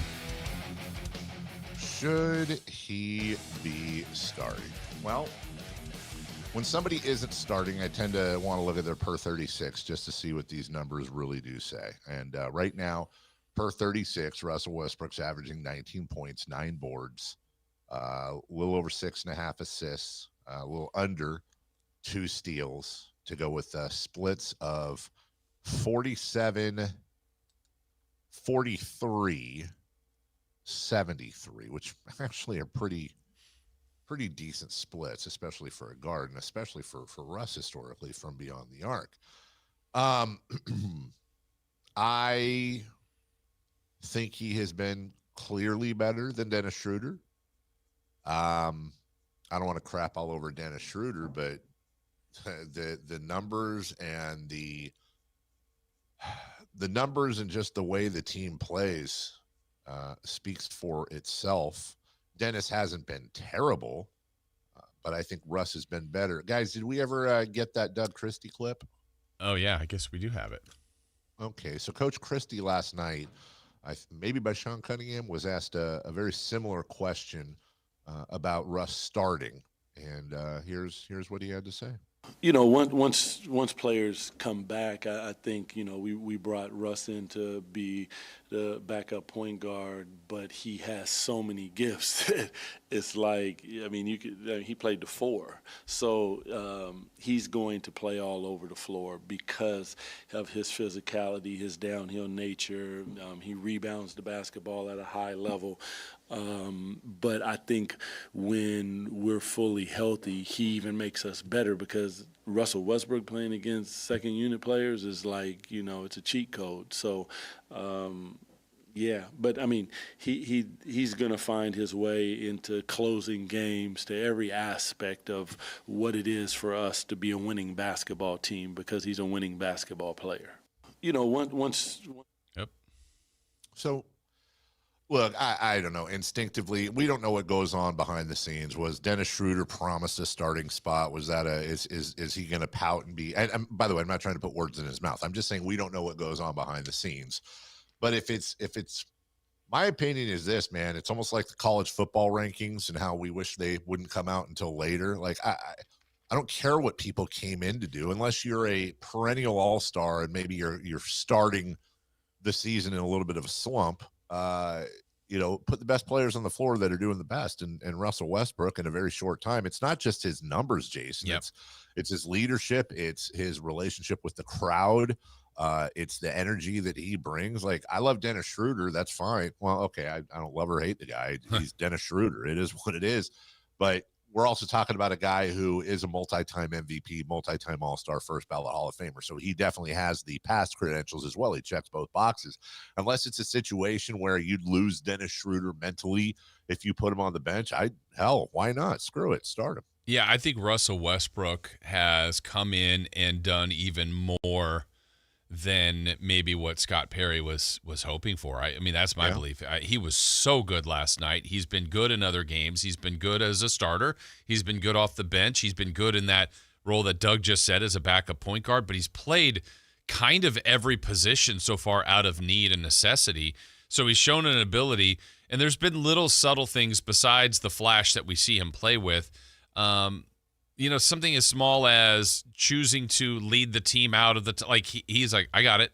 He usually will send a rookie out or someone. Like Russ now is the first one that runs out of the tunnel, and I don't know. There's just a tone to that. He's kind of taken on a leadership role. He's been the face of many franchises, and I think he's not afraid to do that here. Even if he's not, player number one, it's just like, look, I've done this. I will be a Hall of Famer. I don't back down from anybody. I know how to do it, and you're going to live with he makes some mistakes. He's not a perfect player, but he's just relentless with his compete level, and I think that's carried over on the rest of the guys, to be honest. And whether he starts or comes off the bench, I think it's fine. As long as that minute total is in that high 20s to low 30s, you're going to get good results out of him. And he's a dog. And how many times have we said this team needs a dog? Yep. He is a dog. Question 3, please. Question 3. How do you reconcile the short-term happiness of a win with the long-term outlook of the Kings? Yeah, so this is where it gets really, really tough covering the team. For me, I'll just speak for me. Like, right now, the Kings are in a virtual tie. The Suns have the tiebreaker, but 8 games in, and they're in the middle of this gauntlet, and they've missed the player that they most or least have the ability perhaps to miss, as Jason was just saying, Keegan Murray. And they're 3-5, and they've been in 4 of their 5 losses, and even the Bulls lost. I mean, it's not like they got destroyed, and they have played a hell of a schedule, and they've got a hell of a schedule to go. They are. So when I watched last night, Jason, and I see the crowd cheering, and everyone's super happy. And this is what sucks, man, because the number one thing I care about in my mind is Kings fans getting what they deserve and being happy. And last night I saw that, and I saw heart and hustle, and it was awesome. And then I go, God, I got to go in tomorrow. I got to talk about this. And I got to be really careful with how I talk about it, because at the beginning of the year, I think you and I both agreed this is probably a 30 to 40 win team as originally constructed, right? Isn't that where we landed? Mm-hmm. Okay. Well, their winning percentage is .375. That means they are on pace to win between 30 and 31 games. Even if you add a little bit, schedule, this, that, they get out of here, this gauntlet, and things even out. I think that's where you get closer to 35, 36, maybe even, high 30s. You're supposed to come on radio and you're supposed to have these strong opinions and hot takes, or just strong takes that you have conviction in. But I don't mind saying that I'm really struggling right now. I truly am. I'm struggling with wanting to be happy with everybody and enjoying this win and being a part of that crowd, because I am happy when this team wins. I'll never root for them to lose. But then also zooming out and taking emotion out of the equation and going, okay, well, look, this season isn't won or lost with a home win against the Warriors, but the team is also doing exactly, or is on pace as of right now, where we stand today, 8 games into the season. They're doing exactly what we hoped they would not do. Be a team between 30 and 40 wins, be on the cusp of the play-in, have a lottery pick likely in the teens. They're doing it with the second or third oldest team in the NBA. Their heroes are guys that are closer to retirement than not. The youth and Keon Ellis are getting little to no time in a lot of these cases, although Reyno got some minutes last night. I don't know, Jason. It's like a split personality. I don't know which side to lean in on, and I don't know which side of my brain to listen to, because in the micro, great win. Proud of these guys. Seriously. in the macro, that's enough of that. Here's my reconciliation of the game last night. I think when people look at this roster, and I think it was fair to assume that they were probably going to live somewhere in the middle of the NBA, which is a tough spot to be in. And the middle can be, 7th in the West to 12th. Like that's kind of the middle to me. So it's like, hey, maybe you're a play-in team. Maybe you get through that and you get into a playoffs, but probably not going very far. To 12th, where you're just outside of that picture and probably not the worst team in the league and not getting the benefit of having the best lottery odds. So that's kind of where it felt like they were living. And so if you have that as the backdrop, there's still their record at 3-5 still kind of places them there. But for those that want it to be not necessarily a complete teardown, but to have the rebuild process to put them into a spot where they can have some long-term success, which is what I think everybody would really like to see. I don't think there's just one way to get there. There's a strong way is to have great lottery picks that transform your franchise, and you get a 4th pick overall that you got the best pick in that draft, turns into be a 6-7 time All-Star, and you got a player that's going to make you competitive every night. That's one way. But I think another way to do it is by really building an identity and a culture of an organization, which is not easy to do too overnight. But I think that's the element they're creeping into. Doesn't mean they've solved that or reached there. But I think back to, like, for example, Dave, you're just talking about the Bulls game where they lose by 13. After that loss, it was a common thing to think. A lot of people thought it. I'm not, naive to think, oh man, I don't know either. When will they, like, look at their schedule? When will they win again? Like, when? And I remember telling you, well, it's the NBA. I don't know. I couldn't tell you when. I did not think it would be the very next game against Milwaukee, but it was. And then they played very competitively against Denver, and then they beat the Warriors. So when we thought, when will they win again? They've won 2 of the last 3. So I don't know if that's the start of something. If they now lose 8 in a row, we'll go, when will they win again? I think what they're doing and how I reconcile it is, if they want to start moving pieces eventually to get the roster a little bit more balanced, you want the players that you are playing to be assets to other teams and to be assets that people would covet. And I think that's what's happening. That, to me, is how I reconcile it. Along the way, they're winning. It's fun. Last night was very entertaining and enjoyable second half to watch. And watching Westbrook play well, DeRozan find his way through a good game. Levine's had a good start to the season. Monk, 21-point season high off the bench. If these are guys, a guy or 2 that they eventually may move, you might get something for them that also helps that process of keeping in the culture, keeping in the long-term goals of success.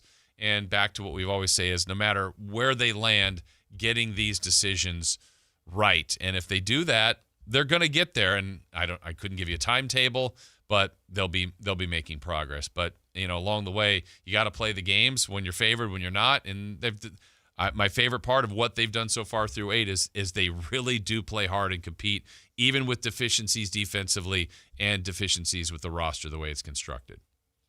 And that's where I'm putting my eggs too, Jason, is that you're seeing guys like Levine and DeRozan turning in 25, 30-point nights. And the honestly, if Scott Perry is doing what myself and a lot of others want him to do, I just also, Kings fans need to get ready for another little, we're already in permanent purple neck braces, but another whiplash. Yeah. Because at some point, if it goes that way, you're going to see, as we talked about before the season started, you're going to see these guys get traded to other teams, and you're not going to get talent for talent back, which is going to help you in the future, but is going to slow you in the interim. So that's why when you have kind of this year of God dang it, why am I blanking the word? The not having purgatory. When you have this purgatorial year, if you will, I think the best thing is just, kind of like you said, micro, macro. Micro, great win. Yeah. Macro, would love to see the youth play more. Definitely don't want to be a 30 to 40 win team that gets into the play-in. I just don't want that result at the end. And Russell Westbrook has been a blast to watch. When we return, however, we're going to go around the NBA, and we're going to talk about a couple of things going on, including perhaps the next chapter in how we would want perhaps this team to be. We'll do NBA notes a little bit later. Kelly Brothers, though, is going to talk about these baseball ratings and a bunch of other stuff. He is phenomenal at business, and he will join us next. The Drive Guys, weekdays 2 p.m. to 6 p.m. on Sactown Sports 1140. Finding great candidates to hire can be like, well, trying to find a needle in a haystack, but not with ZipRecruiter. Its powerful technology actively finds and invites qualified candidates to apply to your job. So while other companies might deliver a lot of hay, ZipRecruiter finds you the needle in the haystack. See why 4 out of 5 employers who post a job on ZipRecruiter get a quality candidate within the first day. Try ZipRecruiter for free at ZipRecruiter.com/free. That's ZipRecruiter.com/free. Wesley Financial Group is not a law firm, and Chuck McDowell definitely not an attorney. This is Chuck. If someone talked you into buying something really silly and you want to get out of that silly little thing, my advice, get the facts. Call me and I'll send you our timeshare exit kit absolutely free. Inside, you'll learn how timeshare works and all your options for cancellation. Call Wesley now for your free exit info kit. 800-838-6767. That's 800-838-6767. $5,000. That's the average amount of money people in the U.S. are now spending on gas in a year. $5,000. That's crazy. If you drive, you have to download Upside, the free app that gives you cash back every time you get gas. That's right. You can earn real cash back with Upside just by buying the gas you're already buying. You can literally start earning cash back today. I use Upside every time I fill up, and I've already made around $200-$300. You're putting gas in your car anyway. Why not get real cash back? If you like free money, download Upside. I'm saving the cash I earn from using Upside to help pay for a vacation later this year. Download the free Upside app now to earn cash back every time you buy gas. Use promo code BOOST25 to get an extra 25 cents per gallon on your first tank. You can cash out anytime right to your bank, PayPal, or a gift card for Amazon and other brands. Just download the free Upside app and use promo code BOOST25 for a 25 cents per gallon bonus on your first tank. That's code BOOST25 for a 25 cents per gallon bonus. Hey everyone, it's Kyle Draper here. If you're in the market for a new car, let me tell you about my experience with Mercedes-Benz of Stockton. From the moment I walked into their state-of-the-art showroom, I knew I was making the right choice. There was no pressure from the sales staff, and if I'm being honest, I felt like a kid in a candy store. I settled on the all-electric EQS SUV, and let me tell you why. First of all, the comfort. After a long day at work, I actually look forward to being in my car. It has several different massage settings, including my favorite, hot relaxing back. Plus, the seat heating and cooling features are perfect for the hot summer or those chilly mornings. Mercedes-Benz has the reputation of making the finest cars in the world. Now it's your turn to experience what I already know. Mercedes-Benz of Stockton is the best car buying experience you'll ever have. They're just a short drive down I-5, or you can shop online anytime at mbfstockton.com. That's mbfstockton.com, and tell them Drape sent you. Joining us now on Sports Sense, certified financial planner Kelly Brothers. Kelly is an advisor with CapTrust, one of the nation's largest registered investment advisors. CapTrust counts among its clients numerous pro athletes and pro sports franchises, but most importantly serves many Northern Californians through comprehensive financial planning. Here's Kelly Brothers.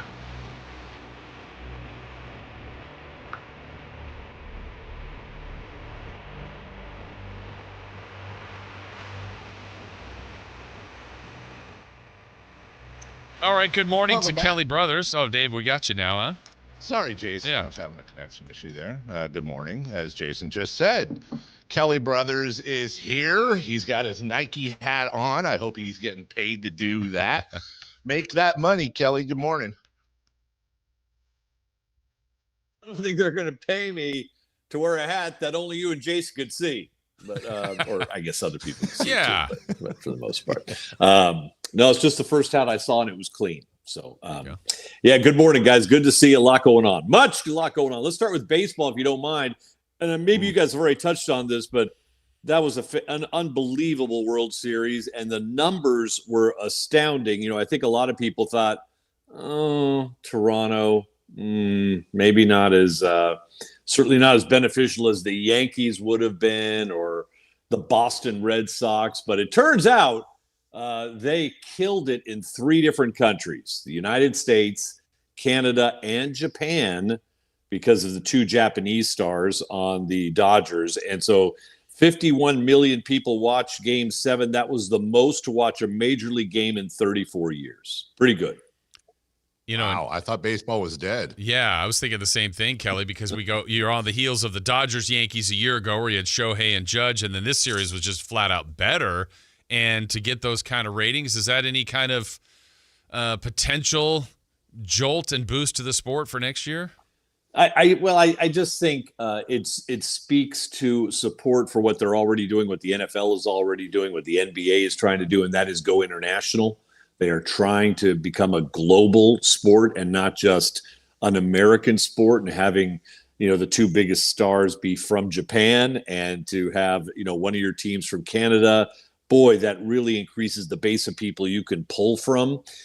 Games 1 and 2 were fantastic as well. So overall, I think, speeding up the game a little bit, encouraging kind of the globalization of the sport really paid off. But more than anything else, it was just great baseball, compelling baseball.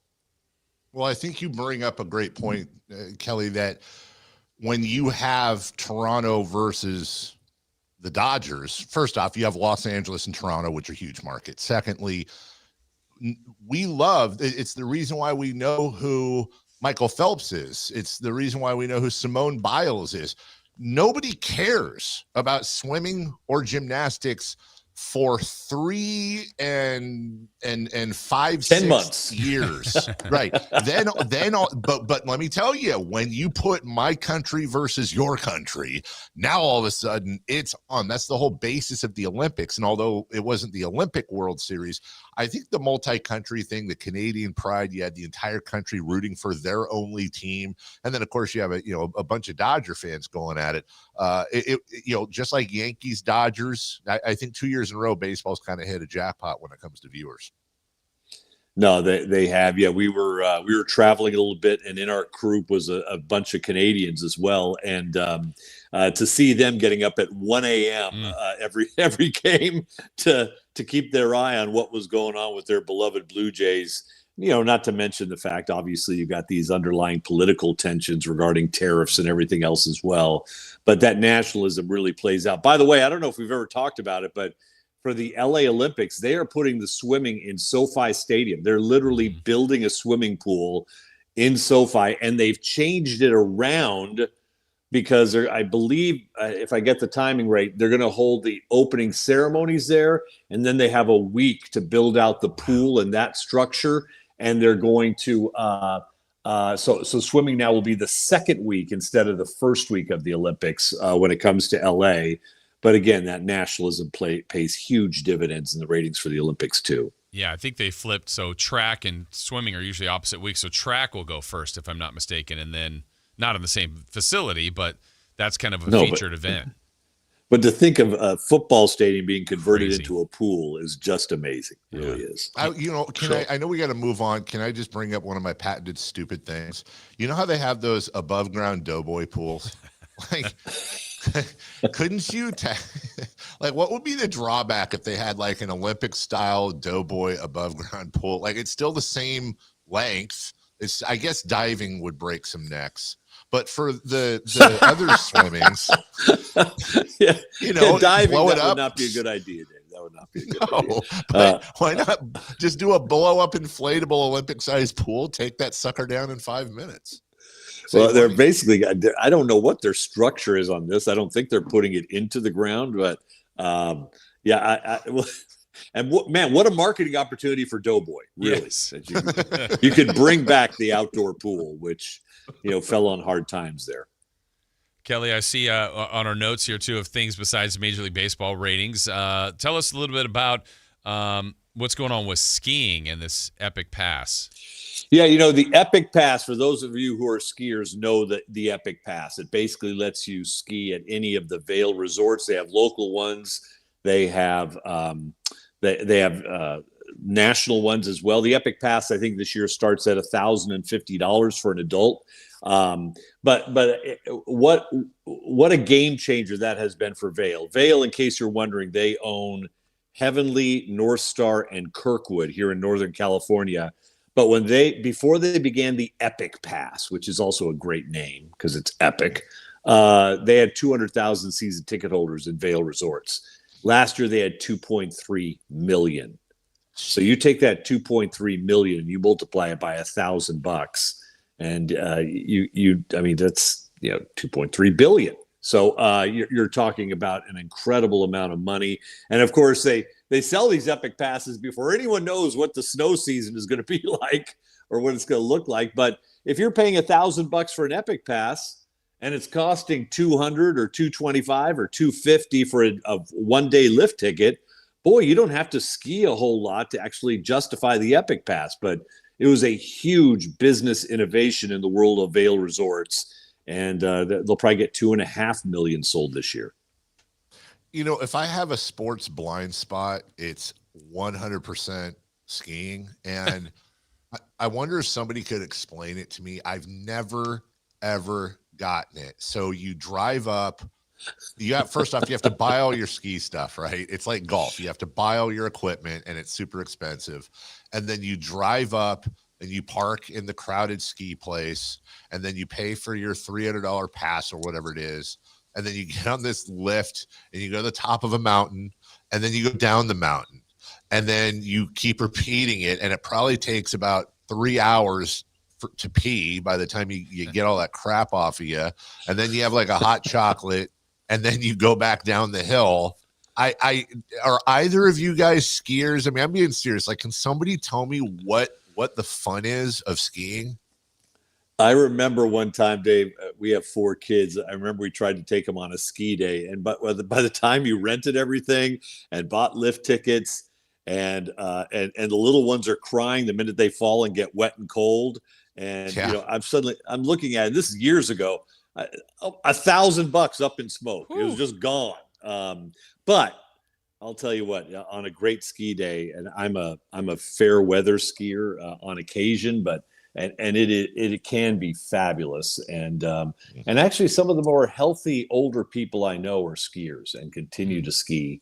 You're right, if you're just parking and having to walk it in and rent everything, it's really a wallet buster. But if you're into it and can take those costs out over, using it 20, 25 times a year, it can be a lot of fun too. So Dave, you're saying the three of us can't just go up there and have a ski day? That wouldn't be for you?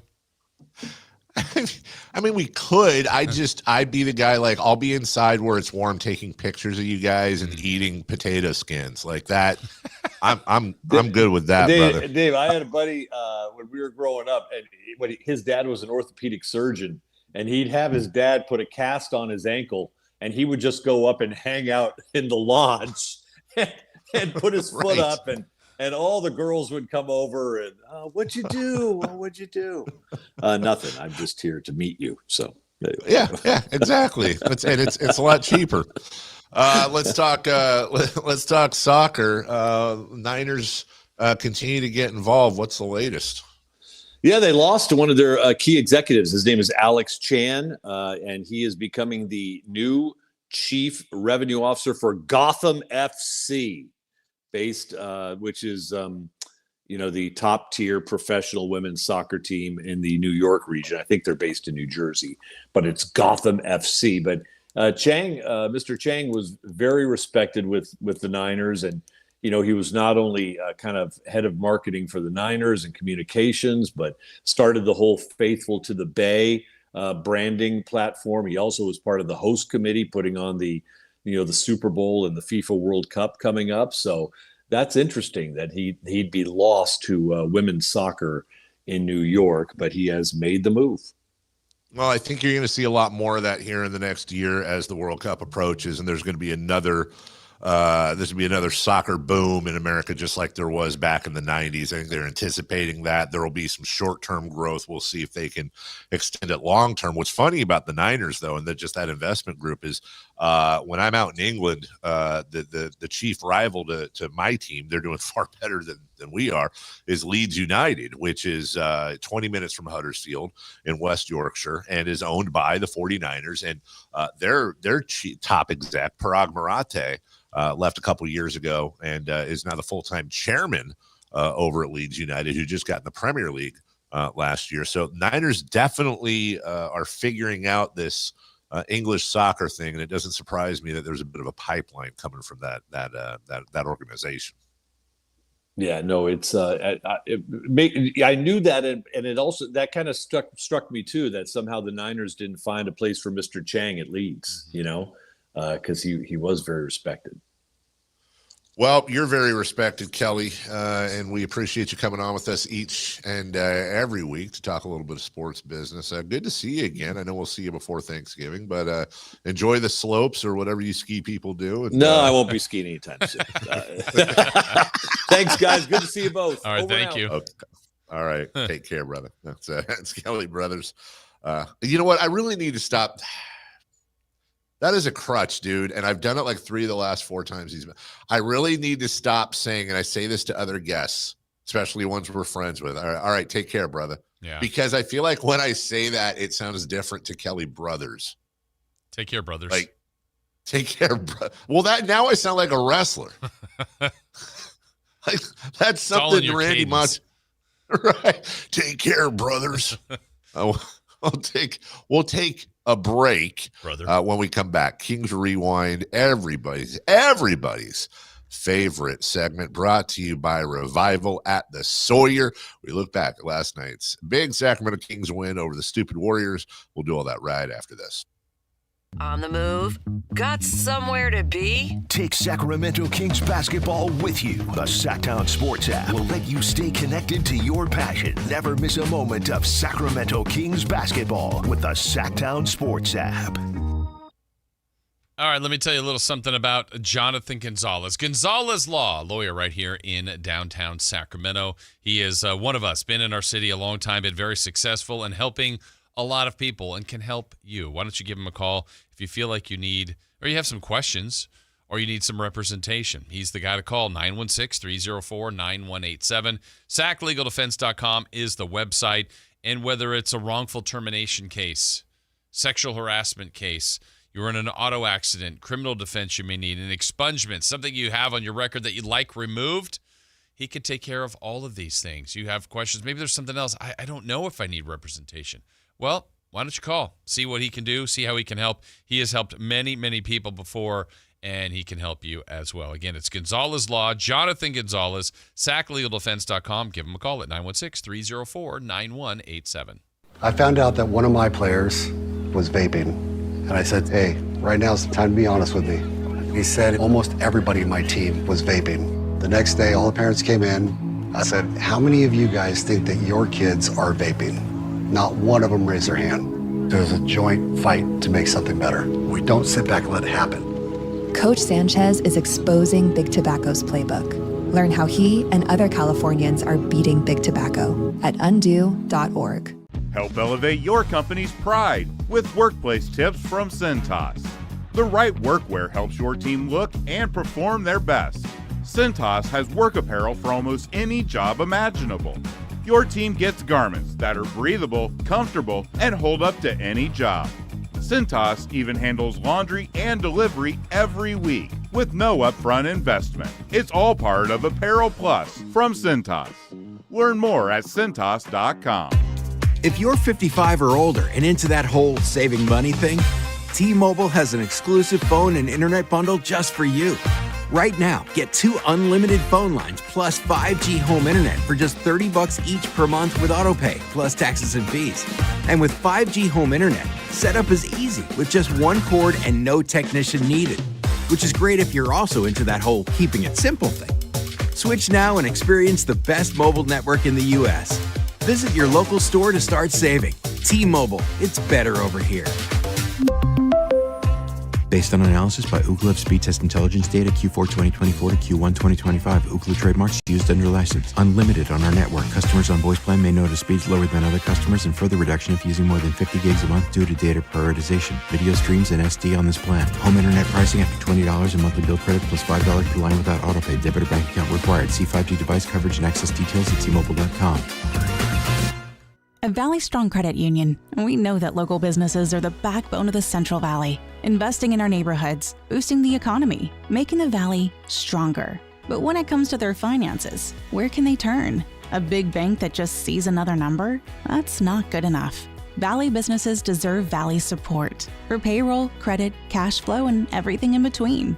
Valley Business is Valley Strong. Learn how our cash management services can support your business at valleyststrong.com. Power Business Technology is proud to be a 100% independent, locally owned and managed Toshiba copier dealer. Local ownership cuts out the red tape, allowing ourselves to never be too busy to personally answer the call when our clients need us. Recognized for excellence in service execution, training, and customer service, we're proud to be named a Toshiba ProMasters Elite Dealer since 2021. Contact us today for all of your business printing needs at 844-POWER-BZ. That's 844-769-3729. Or visit us at powercopiers.com. Black Friday savings start now. Get your best deal through the end of the month at Folsom Lake Honda, your one-stop Honda shop. With Black Friday savings during Happy Honda Days, own or lease your new Honda Accord or Civic today. Your one-stop Honda shop. As a family-owned and operated dealership since 2009, customer service is our #1 priority. Our customers love doing business with us, and you will too. Folsom Lake Honda is your one-stop Honda shop. Visit us at folsomlakehonda.com. Your one-stop Honda shop.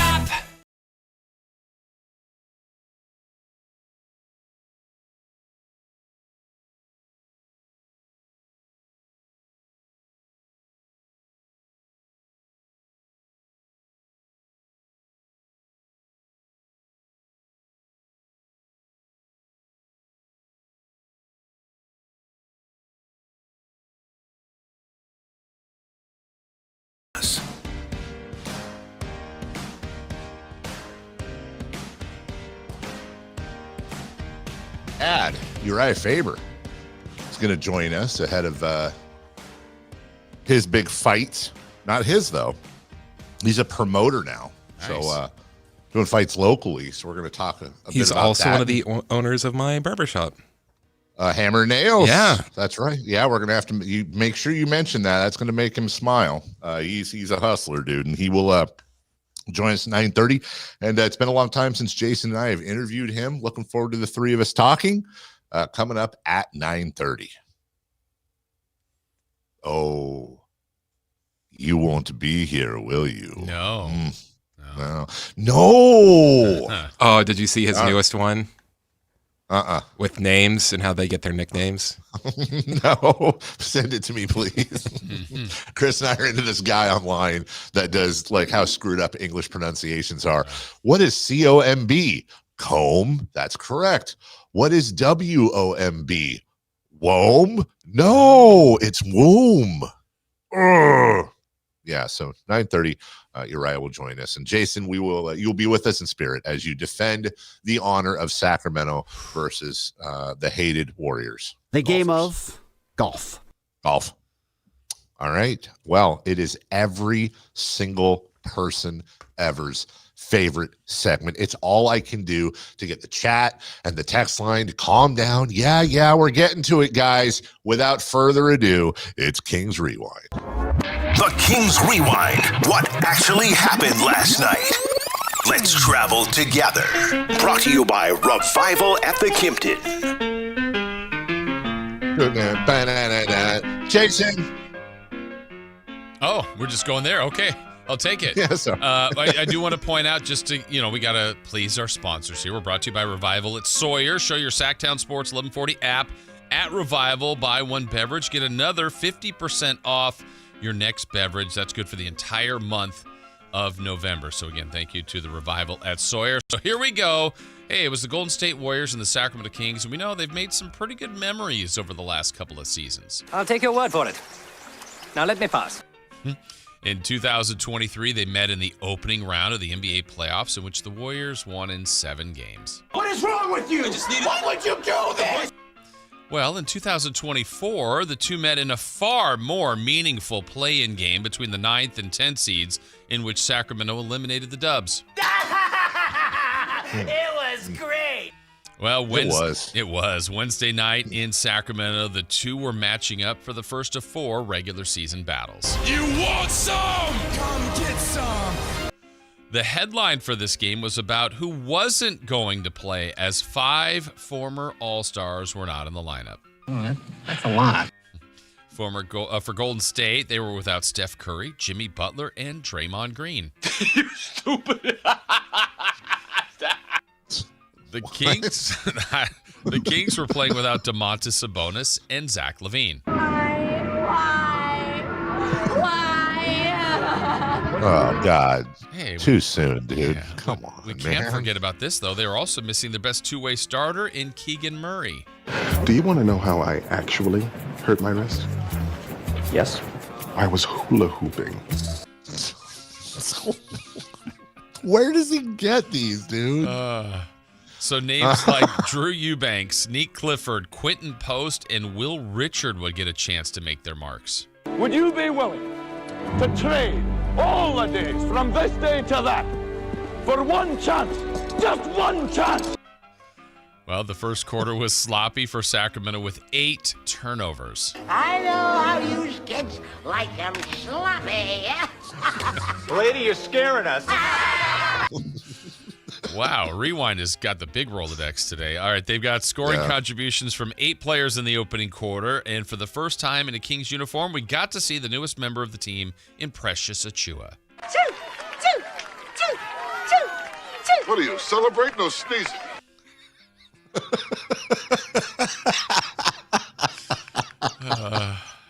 I'm glad we signed him. Yes, the Kings trailed by 7 after the first quarter and watched the deficit climb to as much as 13 in the second when the guy that piqued their interest in the offseason, Jonathan Kuminga, kept scoring with ease. Starting to like this guy. Just kidding. I still hate you.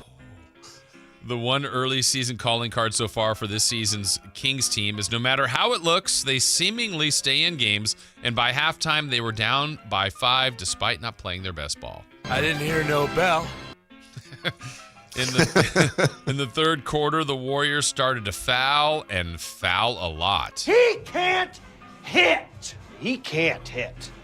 Well, the Kings got the Warriors in the penalty early in the third and took advantage of that as they shot 18 free throws in the quarter.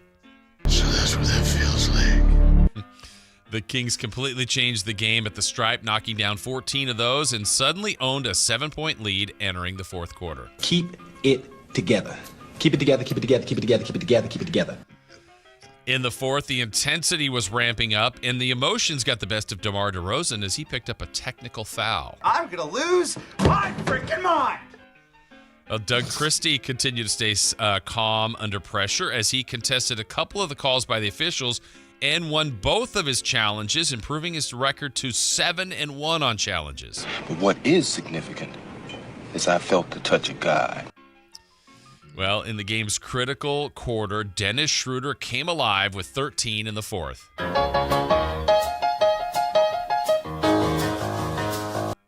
DeRozan put in a team-high 25 points. I'm glad D-Rose came home. Y'all didn't deserve him neither.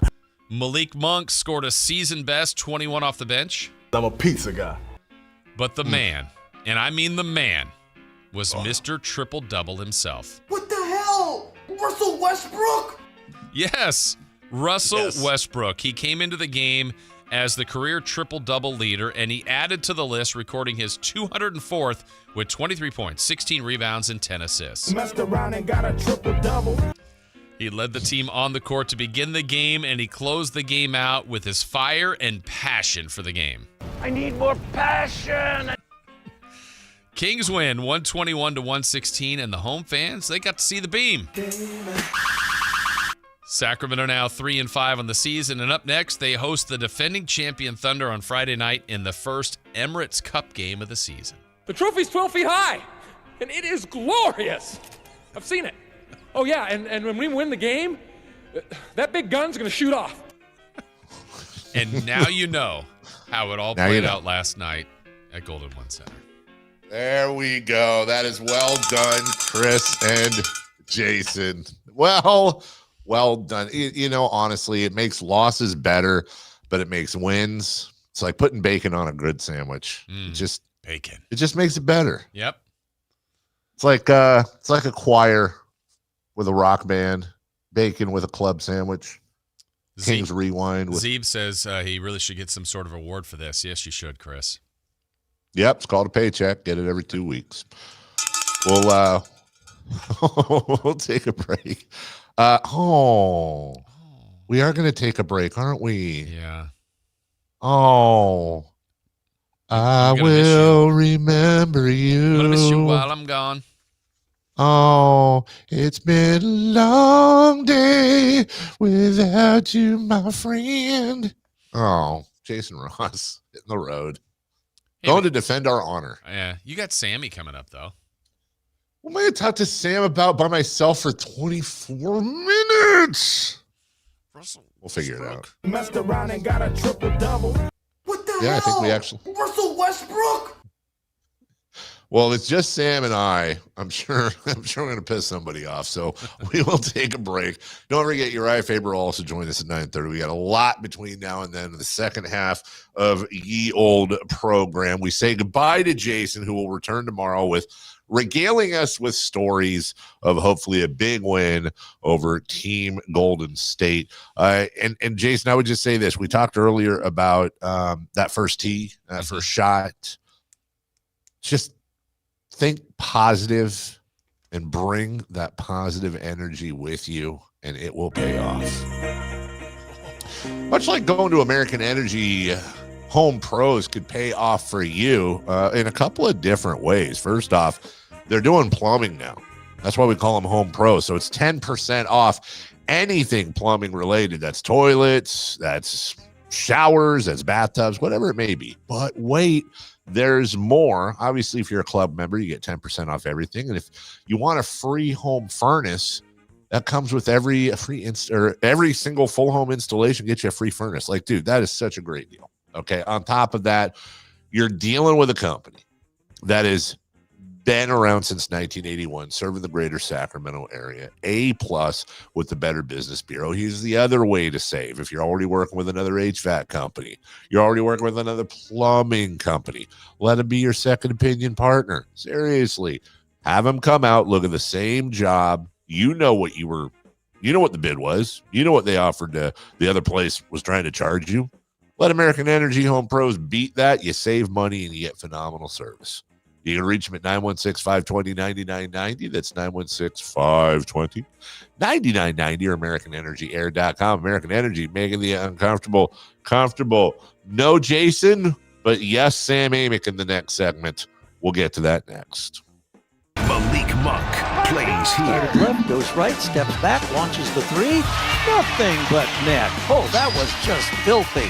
Oh, my, that was sweet. Sactown Sports is your proud home of the Sacramento Kings. This is the story of the one. As a safety manager at a manufacturing plant, he does everything he can to keep his coworkers safe. From finding ways to reduce risks to keeping safety supplies in stock. And for that, he relies on Grainger. Grainger offers a broad range of quality products and next-day delivery, so he can always play it safe. Call 1-800-GRAINGER, click Grainger.com, or just stop by. Grainger, for the ones who get it done. If you've been diagnosed with moderate to severe plaque psoriasis, this is what it sounds like to be a million miles away. Imagine being a million miles away. Tremfya Kuselkumab, taken by injection, is a prescription medicine for adults with moderate to severe plaque psoriasis who may benefit from taking injections or pills or phototherapy. With Tremfya, clearer skin is possible. In clinical trials, at least 70% of patients saw at least 90% clearer skin at 16 weeks. Results may vary. Tremfya is also indicated for adults with active psoriatic arthritis. Serious allergic reactions and increased risk of infections and liver problems may occur. Before treatment, your doctor should check you for infections and tuberculosis. Tell your doctor if you have an infection, flu-like symptoms, or if you need a vaccine. Ask your doctor about Tremfya. Call 1-800-526-7736 or visit Tremfya.com. Need cash fast? Tap into the value of your home with a home equity line of credit from Valley Strong Credit Union. Whether it's for home improvements, debt consolidation, or that dream vacation, you can get your cash offer in minutes. That's right, just minutes to unlock the power of your home's equity with no hard credit pull to see how much cash you can get. No stress, no waiting. Just smart local banking that puts you first. Grow your possibilities with Valley Strong Credit Union. Visit valleystrong.com to get started today. Some might just call for something better, a place above the noise, where the skyline glows and the energy feels effortless. That place is Revival at the Sawyer, Sacramento's rooftop escape. All November long, show your Sactown Sports app and enjoy buy one, get one half off beverages. Whether it's golden hour with friends or late night laughter under the city lights, Revival's the place to see and the place to be seen. Revival at the Sawyer, the view, the vibe, the moment. Reserve your table at revivalsacramento.com. Offer valid once per visit per person. KHD1 Sacramento, KYMX HD3 Sacramento. From the Power Business Technology Toshiba Studios, Sactown Sports 1140. The Carmichael Dave Show. He's on the microphone when he's not on the microphone. He's playing a song, and when he's not playing a song, he's on the microphone, and then boom! With Jason Ross. No, he didn't. Yes, he did. Call or text at 916-339-1140. It's the Carmichael Dave Show with Jason Ross on Sactown Sports. All right, second half of the program. Welcome back. A lot of very nice texts at 916-339-1140 about the rewind. It's awesome. Still come on the program. 4 Down Territory coming up next. What's hot, what's not. We'll recap 3 in the key. That's going to be interesting. I think Chris is doing that. And then we'll continue to get into Kings Warriors from last night. Joining us now from The Athletic. And may I just say that it was, I think, 2 days ago, my Athletic yearly subscriptions renewed. So happy to do my part from a very a pulled back Sam Amick joining us right now. Good morning. Good morning. Yeah, I failed at the tech side of our visit today. Everybody gets to see the whole office, the garbage, the stuff in the corner. We're doing the panorama view, apparently.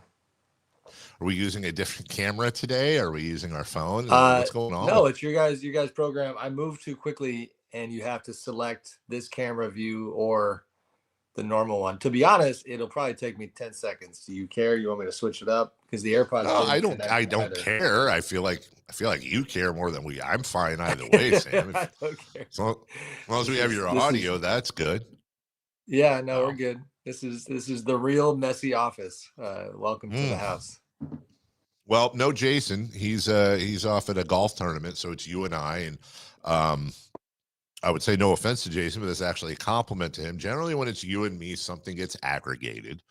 I don't know yet what it will be, but let's just say this. I know you got a whole NBA to cover, but let's start here in Sacramento. Win for the Sacramento Kings last night. Anytime they beat the Lakers or the Warriors, it comes with a little extra something, and they are 3-5 through 8. Is this around what you expected from this team so far? Yeah, no, it sounds about right. I mean, their schedule is tough. I know that, every fan base is having its emotions played with this time of year, or at least most of them. So like before we visited or connected here, I was thinking, 3-5 sounds a hell of a lot better than 2-6. You can look back at those first 4 and certainly immediately, find games they could have won and they could be 500 right now pretty easily. But last night to me, and I was there, is one that like in the course of 82 games when guys are going to be out, and even the fans who went last night were, I'm sure, disappointed by all the missing star players. Like a win is a win is a win when it comes to the standings, and in that regard, it was both teams that are trying to get things accomplished. I think we're trying to get that one, obviously, and to the Kings' credit, they actually got it done. I was talking earlier about the struggle I have as a diehard Kings fan, knowing what I want the team to do for the year, which is get rid of salary, gather draft assets, get younger, rebuild, that type of thing. And also absolutely refusing to hate watch. I refuse as a fan to go, oh man, they won. That's, but we also coined the phrase last week, entertainment, which they're not necessarily tanking, but if we I like can that. I never heard that. Yeah, if we I know I got to get it trademarked. If we can have a year that puts us in a good position for the future, but at the same time, let it be entertaining. That's the best of both worlds. And so far, you say what you want about this season and their record and whatever, but Sacramento Kings have been in pretty much every single game. Sam, with Keegan Murray out, with Domantas Sabonis missing some time here and there, Levine was out last night. I don't know. I don't know who else to credit other than the coaching staff. You've got a rookie coach that's trying to keep this ship together. I don't know if I can put my finger on it or not, but for them to be in these games with that many injuries and this much of a lineup shift, that's, kudos to Doug, I guess. Yeah, no, I hear you. It's always hard to figure out exactly where the credit or the blame goes. I'll highlight one. I mean, listen, like the win over Milwaukee was so far the early highlight of the year. And to your point about Doug, who I've certainly been candid in our conversations in the past about how he got the job and where it was going and this and that. But they played Milwaukee. They beat a good Bucks team that was off to a good start. And, some of the tactical game certainly got my attention. Not only like Doug's willingness to listen to his players when, they talked after the game about DeMar DeRozan saying, hey, let's stop doubling Giannis and trust Domas on that assignment, after they gave up 47 points in the first quarter. Not only certain X's and O's things working, but, communication wise, you seemingly having a good, open line with your guys and being willing to not just run the thing like a dictator and to listen to these. I mean, you legitimately have, some future possible Hall of Famers on the team. So that type of stuff gets your attention. The care and competitiveness gets your attention. And I will say, like I mentioned, I love the entertainment label, and that makes me think of, or the moniker, it makes me think of like the Westbrook edition when you talk about just competitiveness. When they made, that decision, and I wrote about it, it was not real, not nearly as creative as your verbology, but it was like, maybe it'll work. That was my attitude. Like, it just, because we knew that this year was already lacking on meaningfulness and substance because of where the roster is, it was like, well, literally Russ's, personal mantra is why not? Like, and so I look at a guy like Russ and the competitiveness. I mean, they've got a bunch of old but proud, accomplished players, and that's going to manifest into entertainment most of the season, I think. Sam Amick of The Athletic with Sam. It's a great segue into Russ, because with you, my thought was with bringing Russ in, no offense to Russ at all, just simply that's not making the Kings younger, and his minutes will take somebody else's minutes that might need more development, whether it's a Keon Ellis or a Nate Clifford or whatever. But sometimes I like to not get so caught up in the macro and have fun with the micro. Not only has Russ been fantastic for this team this year from an attitude standpoint, a dog standpoint, playing hard, hustle plays and all that, but I sometimes stop myself and go, you mentioned Hall of Famers, and I would say the Kings comfortably probably have two, obviously Russ, and then probably, I'm sure, DeRozan. Probably at least over 50%, I would say Sabonis, and then a while to go with Levine. But let's say they could have up to 4 Hall of Famers on here, but no one is going to get in with more votes than Russ Westbrook. So you have this guy that's made probably over $250 million in his career. He easily could walk away from the game with his head held high. He broke the record for guard rebounds last night, all-time triple-double leader, all these accolades. And he's coming to, and I say this as a native, he's coming to one of the 4 probably worst outposts in the NBA with a team that has absolutely no shot at being relevant in May and June, and he's playing his ass off. And Sam, in this day and age, not to sound like an old man, but damn it, I think there's something admirable about that. Yeah, I'm with you on all that. I have been, I admission time, I left the game in the late third quarter. And then when I saw Russ's press conference afterwards, I kind of wished I'd stuck around because, for one, he seems to be letting his guard down a little bit with the media. He seems to be in a pretty good place.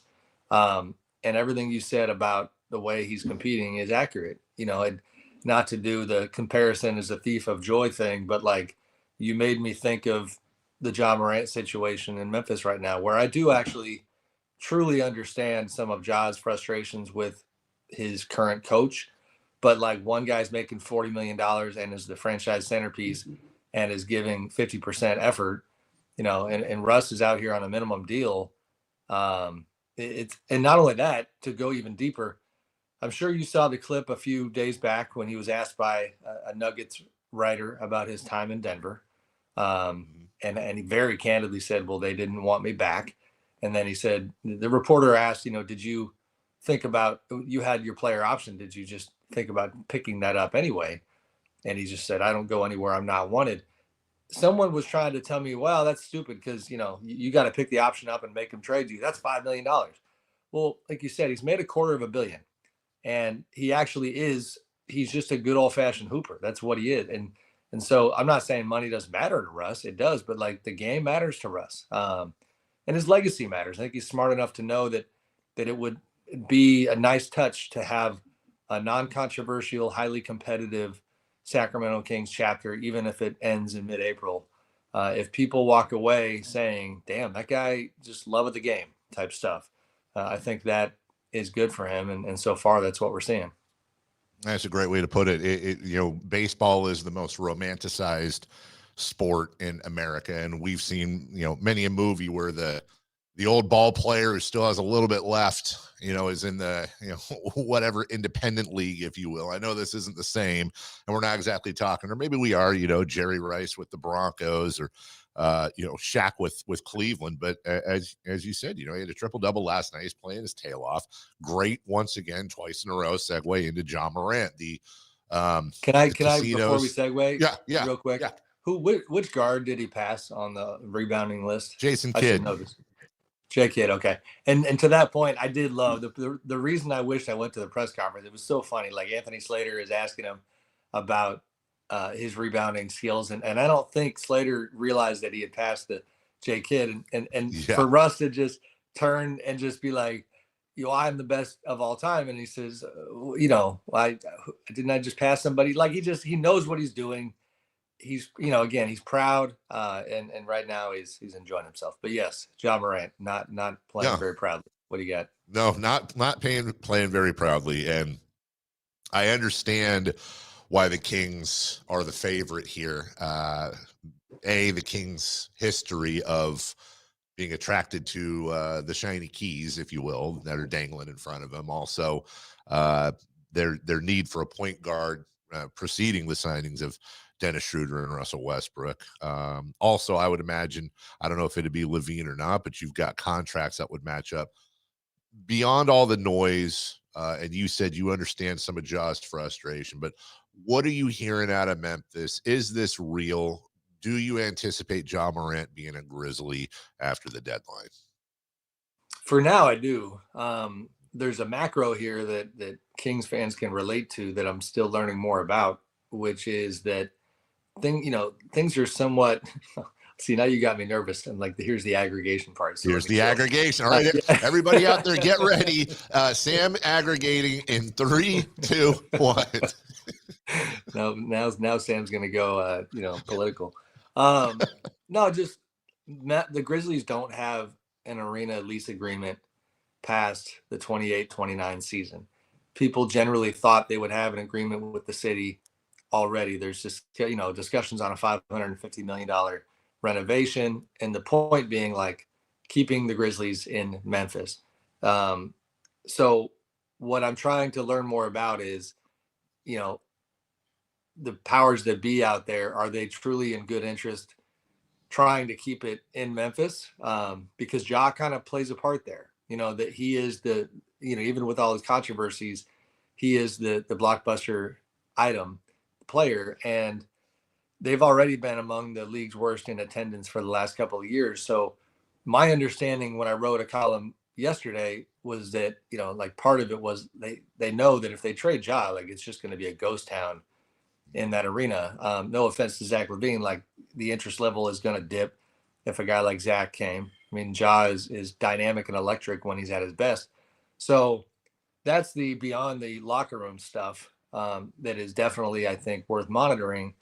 Within the team, in the basketball side, the messaging is that they have no interest in trading him. They're going to work through this. But the short version of what's happening with their coach and the coaching staff is, as you know, Dave, they fired Taylor Jenkins late last season, elevated a guy named Tuomas Isalo, who is a celebrated Finnish coach who, with Paris basketball, did some, stuff that was considered innovative offensively. But part of that included shorter stints with your players, shorter stretches of time, a little more of a regimented approach to your rotations that almost doesn't differentiate between star players and role players. And that is where the Ja Morants and the Jaren Jacksons are not enjoying things. If you watch a Grizzlies game around the 9-minute mark, it doesn't matter if Jaren Jackson's hot or not. He's getting subbed out for Santi Aldamas. Santi gets off the bench. A coach doesn't even have to go tell him that he's coming into the game. They just know that's the program around that time. And that doesn't leave a lot, especially a guy like Ja, who is I mean, I don't know what else to call him, but he's an artist. Like, he's a basketball artist. He's a guy who is free flowing and needs to run the show. And the way they're running it is not working for him. And this is easily the worst basketball of his life. He's just been atrocious for the most part. It's funny you mentioned the Memphis thing. And I saw, it might have been you guys, The Athletic. Somebody had written about expansion. And obviously the favorites are Vegas and Seattle. But also bringing in the idea of relocation, and that the Pelicans, who we'll get to in a second, are a mess. The Grizzlies and the Ja Morant thing are going crazy. And, I hadn't brought this up on the air yet, but this was, I also don't want to disrespect or blow up the, I was in New Orleans once, and I called in a favor from a game exec, sales exec there, to buy tickets. Oh yeah, it was for Kings Pelicans for the playoffs a couple years ago for the play-in. And I'm still on his mailing list. And Sam, I got this email yesterday, and this blew me away. It says, "Good morning. I want to share a special offer we have today for courtside seats to the Pelicans versus the defending champion Oklahoma City Thunder game, November 17th. These seats are located directly on the floor and include a premium food buffet, beer, wine, and liquor. Today, we're offering them for $300 a piece." Now, if you're sitting courtside at a Kings game, for example, it doesn't matter which one. These seats are generally, I think, between $1,500 and $2,000, just to give you an idea here locally. If you're in LA, New York, I mean, I don't know, but I'm imagining you could at least double that for Lakers and Knicks games. You get the idea. Sam, there are lower level seats at Golden One that are damn near $300 a pop. For them to offer that, and on top of that, the food, the practically, I'm surprised they didn't throw in free parking.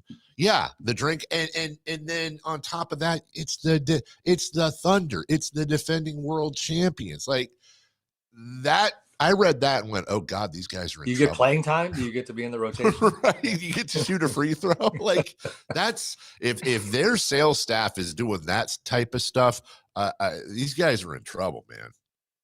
Yeah, no, that's all fair. That's all fair. I don't know if you want to go down the New Orleans road, but yeah, there's some parallels there. I am a little shocked. They won 2 games in a row, and there was a lot of noise around Willie Green before those 2 wins. And so, we'll see what happens there, but it's a disaster. And it's also, again, things Kings fans can relate to. When there's a distressed organization like Sacramento was during the whole possible relocation time, as you know, Dave, we lived this. Like the NBA does have a track record of, it's not that they're doing the hiring for teams. But like when Chris Granger came to Sacramento, that was a league recommended hiring. And if people remember him, he was the president on the business side. Is that right? Yes, that correct? That is correct. Yeah. Yeah. He So was, point is, he was Teambo president out there. Yes. And stick with me here, but like Joe Dumars, former Kings exec, going to New Orleans feels very much like hey, the house is burning over here. Can you go, try to put the fire out? And I love Joe and he's a legend, but man, he's been off to a rough start. And then the draft was a bad look for them with some of the moves they made. And now it's just a disaster. Skinny Zion has not exactly paid off. Now he's hurt. So, New Orleans is tough as well.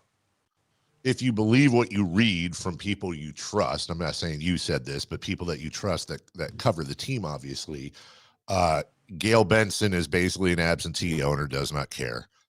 Joe Dumars, look, I'm with you. All respect to Joe for his playing career, for the championship he built in Detroit in 2004, and just as a man. But take away the name, and I don't think he's gotten off to a bad start, Sam. I think if I didn't know anything, it's almost an incomprehensible, corrupt, what the hell is going. This is like the Luka trade for me, things that don't make sense. And I'm talking about the move that you and I both know, and I mentioned this to Jason 2 days ago, is going to be almost certainly a growing storyline in the NBA as we get closer to the end of the season. The pick they traded to move up to draft Derek Queen to Atlanta is an unprotected first-round pick. I believe they also owe another. There's a possibility, basically, that New Orleans could have had 2 picks in the top 10, top 5. That Derek Queen trade, the unprotected pick, is right now it looks like absolute incompetence on top of the low crowds, on top of Skinny Zion. And then, again, just to put a cherry on it, the couple articles I read was, nobody understands why Willie Green's still there. No disrespect to him, but that he's lost the team. They don't respond to him. Any other team would have let him go and made a move, but Joe Dumars thought better. It sounds like a French fried mess down there, man. Yeah, you captured it well. I honestly don't really know what to add to it. You've got a good feel for it. The Joe stuff, you think back to all the understandable criticism that Vlade took when he first took over the Kings front office, and the trade with Philly that had like fundamental flaws in it that exposed a lack of understanding of the rules, that type of thing, where, again, it's never personal, but like, it's fair to look at some of the stuff Joe has done early and at minimum incompetence or just bad management. And then, I know you love to throw your tinfoil hat on and wonder about, bigger controversies and implications, but I hear you. I get it. Well, look, and forgive me. And again, I'm not trying to assail the man's character. You correct me if I'm going to say a few facts about Joe Dumars in my brain. And please, if I'm wrong, you say, Dave, that is incorrect. Okay. World champion, built a world champion, very much respected around the league. Drafted Darko Milicic over Carmelo Anthony and Dwayne Wade. Okay. Was fined, being caught in some sort of for leaking info to Adrian Wojnarowski. I got that right. Yeah. And then tried to make a power play in the Kings front office to get Vlade Divac's control out of there and take things over a few years back. Did I say anything incorrect? No, Honestly. you're highlighting the lowlights for sure. That's all. I said champion. I said highlights too. That's fair. His time, this is not as sexy to the fans, but like his job with the NBA that he had for the past 5-6 years. And I think he was literally president of basketball operations for the NBA. And the top cop disciplinarian wise, every time there was stuff on the court, that's a very important role for Adam Silver and for the league. Again, one that I don't think casual fans really care about or understand. So like, but point being, his reputation within the NBA was elevated even more because he was a revered member of that small team that kind of shepherds all 30 teams. And so, I mean, that's another chapter that was a positive one. But no, Fair. everything else is fair. I hear you. All right. Well, look, you know what I'm going to do the rest of the day, Sam, because I forgot that was Joe Dumars' job. I'm going to play a little game with myself, and I want you to as well if you think your game. I remember that once upon a time, that job years ago belonged to Kiki Vandeweghe. Yep. And now I'm going to spend the rest of the day trying to remember, because it's right on the tip of my tongue, dude. I'm going to try to remember as many, we'll just call them the top cop job, as many of those as between Dumars and Vandeweghe. I want to say there was somebody that went to the Knicks. Now that's going to bug me now. You know who I'm talking about, though, right? I know. I should know too. This is my job. You got an excuse. I mean, do you know who it is now? Do you know who replaced Joe now? No, I didn't know. Do you? Yeah. It's James Jones. Oh, okay. Yeah. Wait, was one of them, remember during the lockout years ago, and what was it? The one who tweeted like, looks like there's going to be a season. Someone junior. You know what I'm talking about? It was an ex-player. No. Okay. Well, I'm going to. It's good radio, though. It really is. This is like as deep of basketball nerding as you can get. All right. That is, expect a forthcoming article from Sam Amick about all of that stuff. You can read all of this stuff at The Athletic. I'm a proud subscriber, paid subscriber, not once, but twice. And it's a steal at twice the price, which I think I'm actually paying. But damn it, it's worth it. Sam, we appreciate it. And we will talk to you next Thursday, brother. Thanks, buddy. Talk soon. Okay. All right. Take care. That is Sam Amick. We are late for a break, but guess what? I got something for you before we go to break. See, Jason's gone, and it's treats and bribes galore. I got a pair of tickets to go see Eric Church at Golden One Center November 13th. Let's see. In honor of Jason, Jason, 5 letters in his first name, caller number 5 at 1-800-920-1140 gets a pair of tickets to see Eric Church at the Golden One Center November 13th. We will take a break. When we return, hey, what do you say we switch real quick to football before we get back to Kings 4 down territory? Tonight's game between the Broncos and the Raiders and so much more. Don't go away. We're right back after this. Visit SactownSports.com and join the Sactown Sports 1140 newsletter. Hey everyone, it's Kyle Draper here. If you're in the market for a new car, let me tell you about my experience with Mercedes-Benz of Stockton. From the moment I walked into their state-of-the-art showroom, I knew I was making the right choice. There was no pressure from the sales staff, and if I'm being honest, I felt like a kid in a candy store. I settled on the all-electric EQS SUV, and let me tell you why. First of all, the comfort. After a long day at work, I actually look forward to being in my car. It has several different massage settings, including my favorite, hot relaxing back. Plus, the seat heating and cooling features are perfect for the hot summer or those chilly mornings. Mercedes-Benz has the reputation of making the finest cars in the world. Now it's your turn to experience what I already know. Mercedes-Benz of Stockton is the best car buying experience you'll ever have. They're just a short drive down I-5, or you can shop online anytime at mbofstockton.com. That's mbofstockton.com, and tell them Drape sent you. When the Kings light up the court, Sacramento lights up the night, and it all leads to Revival at the Sawyer. All November long, show your Sactown Sports app and enjoy buy one, get one half-off beverages. From pregame anticipation to postgame celebration, Revival is the rooftop for true fans with elevated views, unbeatable energy, and that signature Sacramento spirit that connects us all. Revival at the Sawyer, where the city and the team both rise. Reserve your table today at revivalsacramento.com. Offer valid once per visit per person. Ready to pregame for your next big arena event? Head to Beach Hut Deli, a Sacramento tradition for over 40 years where aloha is served daily. Located just steps from the arena, whether it's game day or a concert night, it's the perfect spot to gather with friends and enjoy amazing sandwiches. Planning a bigger get-together? Beach Hut Deli offers endless catering options to bring those fresh, delicious flavors to your next party or event. Beach Hut Deli. Good vibes, great food, and epic times await. Workdays can be unpredictable, but your workwear shouldn't be. With the Cintas Apparel Plus program, You'll have freshly laundered garments for everyone on your team delivered every week. Cintas has workwear for just about any job imaginable, with high-performance fabrics and an uncompromising fit that stretches and moves with you. Don't leave looking and feeling good to chance. Visit Cintas.com. Oh, I'm ready! And get ready for the workday. If you love to travel, Capital One has a rewards credit card that's perfect for you.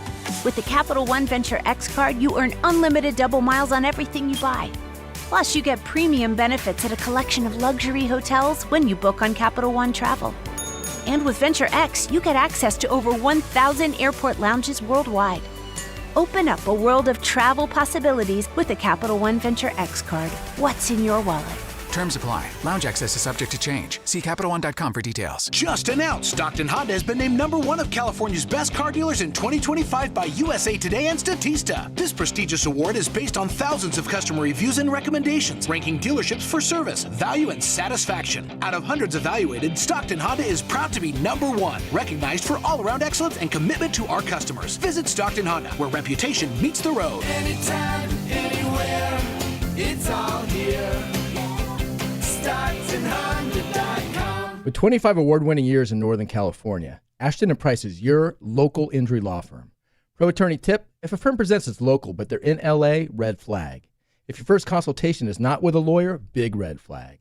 At Ashton & Price, your first consult is with a local attorney, and if serious injury prevents travel, a lawyer will come to you. Still not enough? George Washington's my uncle. At Ashton & Price, no red flags, just red, white, and blue. Remember, for the best advice, don't think twice. Call Ashton & Price.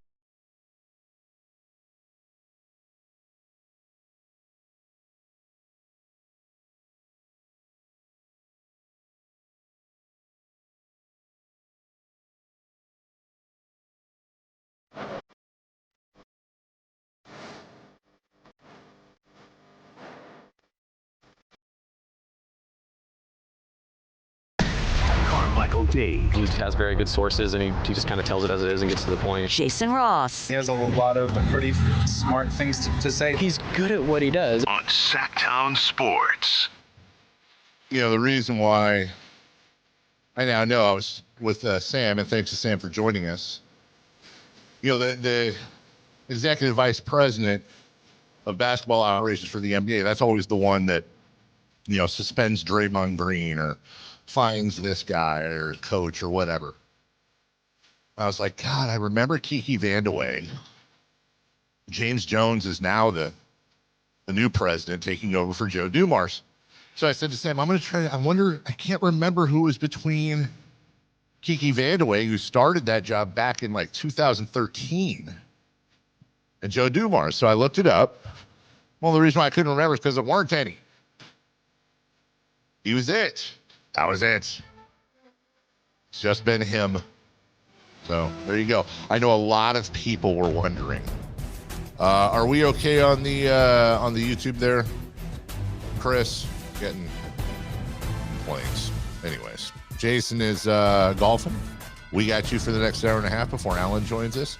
By the way, Shams Charania reporting just now, LeBron James has been officially cleared for contact activities, basketball-wise, will be reevaluated in 1 to 2 weeks. So LeBron James doing the typical older player, come in quarter of the way through the season and do his thing. In the meantime, 4 down territory.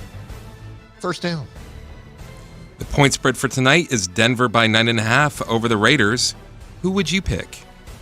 You know what? Just call me a dum-dum because I am. But I'm going to pick the Raiders, and I'm not picking them to win. And I'm not doing this just to, I mean, I go back and forth with our Raider fan friends all the time, but there's just something weird about these games. The Raiders get one of these every year. They did it with the Chiefs last year. It's a divisional game. Like, I think Denver's going to win, and watch, they'll blow them out. But I wouldn't, this is a game I wouldn't touch if I was a bettor, because there just seems every year, no matter how bad the Raiders are, the divisional games are always interesting, and they end up getting every year. The Raiders are good for a couple of, oh God, I didn't expect that wins. And we mentioned the Chiefs last year. I actually want to bring it up because I want to see if I'm just doing what is that, the Streisand effect, or whatever they call when you think something's real but it really isn't. The Mandela effect. What is that? The Mandela effect. Mandela effect. Sorry, wrong person. All right, they already got one this year. New England's going to go down in the books as a weird one. But then last year they didn't get the Chiefs last year. Sorry, Chiefs got them twice. At Baltimore was their weird win. I don't count Jacksonville or Cleveland as one. Was it the Chiefs the year before? Let me see.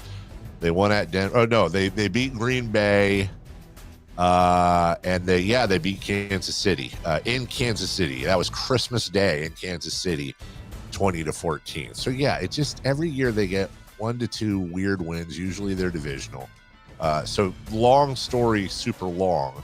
Yeah, I would 9.5. I'll take the Raiders. Number 2, please. The Cardinals are going with Jacoby Brissett again this weekend, while Kyle Murray recovers from his foot injury. Do you think Kyler is the long-time plan for Arizona? I mean, the quarterback position is the most important position in sports. And Kyler Murray has now been with Arizona. God, this is where I'm going to start to feel old, man. He is only 28, but this is his 7th season in Arizona. 7th season. I know he's been with Arizona, don't get me wrong. But for some reason, it feels still kind of fresh that he could have been in Oakland A. You know, I like that conversation does not seem 7 years old to me. But that being said, dude, he played 16 and then 14 games his first 3 years. That's pretty damn good. He missed 2 games in 3 years. Since then, 11, 8, 17, and now 5. And that may be it for him. We don't know. The problem is with him is he first off, 121 touchdowns and 60 picks over his career is not great. But the guy also has rushed for 819 yards and 11 touchdowns his second year. Those are Lamar Jackson type numbers.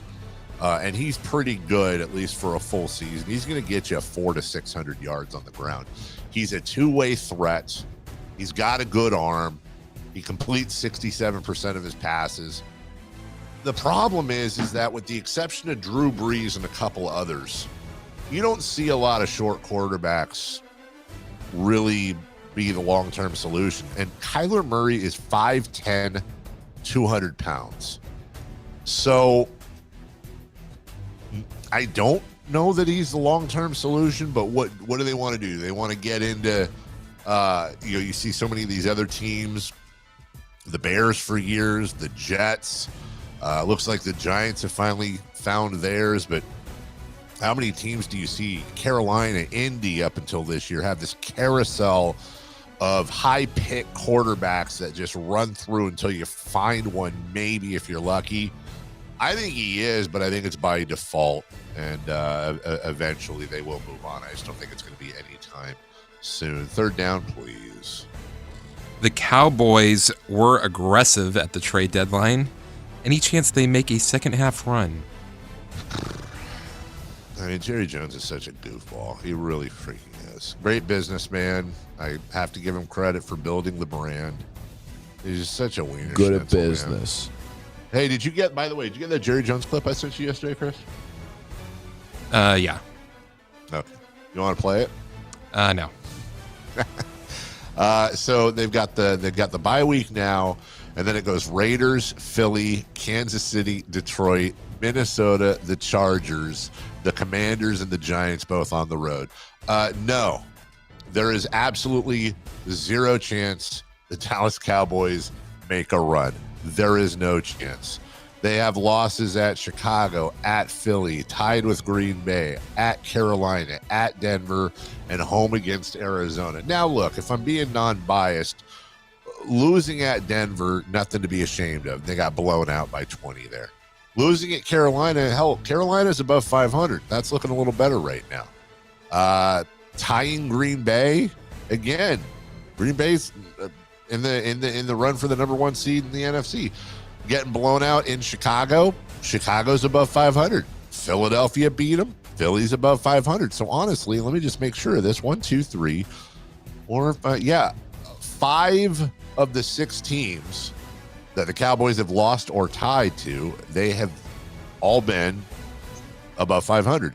Here's the problem. Their wins, game 2 against the Giants, at the Jets, and home against the Commanders, who are not the Commanders of last year.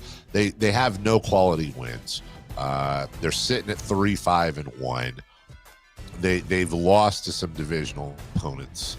It's just not that. Yeah, they might beat the Raiders next week, but Philly, Kansas City, Detroit, Minnesota's looking better now. The Chargers are going to be there. They're going to be competitive. They might win the last 2 games of their season, maybe, but it's not that they're going to make a run. I don't think they're going to be a 500 team this year.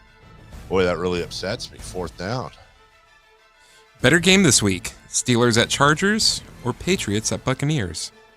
Well, it's kind of like what we talked about last night. Nobody played between the Kings and the Warriors, or should I say many players didn't play, but that was still a fun game. And you see this all the time. I can't speak to which game's going to end up being more fun to watch, but I'll tell you, Patriots and Buccaneers, I'm legitimately excited about that. First off, you have that weird Tom Brady connection between the two, and obviously he's with the Raiders now.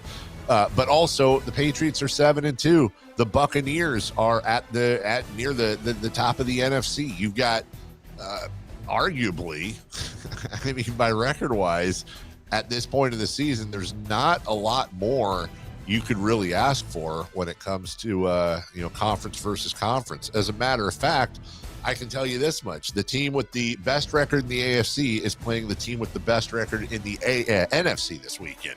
Now, granted, the Patriots are tied at 7-2 with the Colts and the Broncos, and the Buccaneers are tied at 6-2 with the Seahawks and the Eagles. But you can't get much better than tied for the best record in both conferences playing against each other. I'm also excited. I know the Bucs are going to be there, and obviously the Patriots look like they are too, but I'm excited to see just how for real New England is. Drake May continues to prove himself week after week.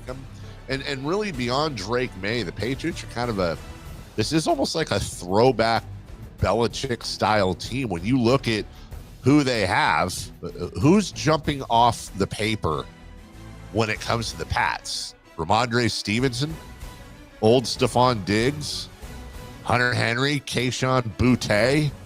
And you look at the defense. I mean, look, they've got some great good defensive players. Don't get me wrong, but it's just a good team with solid players and a stud quarterback. So it really is kind of a throwback Tom Brady era Pats team, and I'm curious to see how for real they are. We'll take a break coming up on the 9 a.m. hour for you. When we return, what's hot, what's not, and we will recap 3 in the key before we get to more from the Kings Warriors last night, along with what's on deck. Brought to you by Trex Decking and Railing. Don't forget Uriah Faber is going to join us at 9:30 as well before we get to Crosstalk with Alan Stiles. We'll get to all that right after this. You never know what you might hear when listening to a Sacramento Kings game. Out of Keegan, going for another triple. Man, is he feeling it. Keegan, can he do it? Yes, there's number 11, Keegan Murray. Keegan steps back. He just knocked down his 12th three-pointer, a Kings franchise record. He's got 45 points. Never miss a moment of Sacramento Kings basketball with Sactown Sports and the Sactown Sports app. Need cash fast? Tap into the value of your home with a home equity line of credit from Valley Strong Credit Union. Whether it's for home improvements, debt consolidation, or that dream vacation, you can get your cash offer in minutes. That's right, just minutes to unlock the power of your home's equity with no hard credit pull to see how much cash you can get. No stress, no waiting. Just smart local banking that puts you first. Grow your possibilities with Valley Strong Credit Union. Visit valleystrong.com to get started today. Black Friday savings start now. Get your best deal through the end of the month at Folsom Lake Honda, your one-stop Honda shop. With Black Friday savings during Happy Honda Days, own or lease your new Honda Accord or Civic today. Your one-stop Honda shop. As a family-owned and operated dealership since 2009, customer service is our #1 priority. Our customers love doing business with us, and you will too. Folsom Lake Honda is your one-stop Honda shop. Visit us at FolsomLakeHonda.com. Your one-stop Honda shop. They say the hardest part of getting something done is getting started. Well, we did that 30 years ago when California first took on the tobacco industry. Now, smoking is down 60%, lung cancer 52%. A couple of our cities have already ended tobacco sales. A California without big tobacco isn't just possible, it's already happening. See our progress at undo.org. Confidence is knowing you're ready to handle whatever comes your way. That's what it feels like to take on your workday with Cintas. They make sure your AEDs are up to date, your fire extinguishers are tested and inspected, your floor mats are cleaned and delivered, and your workwear looks good, feels good, and is freshly laundered with the Cintas Apparel Plus program. So are you ready to take on today? Visit Cintas.com. Oh, I'm ready! And get ready for the workday. Sacramento, the stages are heating up, and Sactown Sports has your tickets to the biggest live shows coming your way. Kick things off with hometown favorite Tyler Rich, bringing that California country sound to Ace of Spades on November 22nd. Then crank it up with Spike and the Gimme Gimmes, the punk rock supergroup that knows how to throw a party, November 29th, also at Ace of Spades. Need a laugh? Don't miss comedy legend Mike Epps, live December 5th at Hard Rock Live Sacramento. He's guaranteed to have you rolling. And keep the music going with rising country star Larry Fleet, December 6th at Ace of Spades. Smooth vocals, killer songs, and all the good vibes. Then mark your calendar for Brooks and Dunn, April 25th, 2026, at the Nugget Casino Resort in Reno.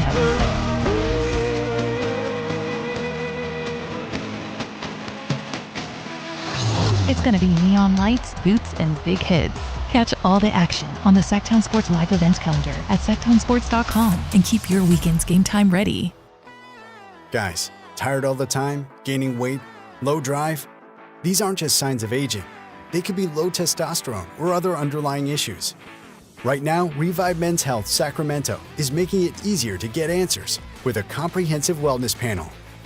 It's not just a lab test, it's where better performance begins. Our providers will check your testosterone, blood sugar, cholesterol, kidney, liver, thyroid, and heart health. A $400 value for just $99, or free if you start treatment. Over 120,000 men have trusted Revive to restore their energy, mood, and confidence. So if you're ready to feel better and live stronger, call 916-619-3000. That's 916-619-3000. Or visit ReviveMen'sHealth.com. Offer ends November 30th. Must medically qualify. Terms apply. Contact us for full offer details.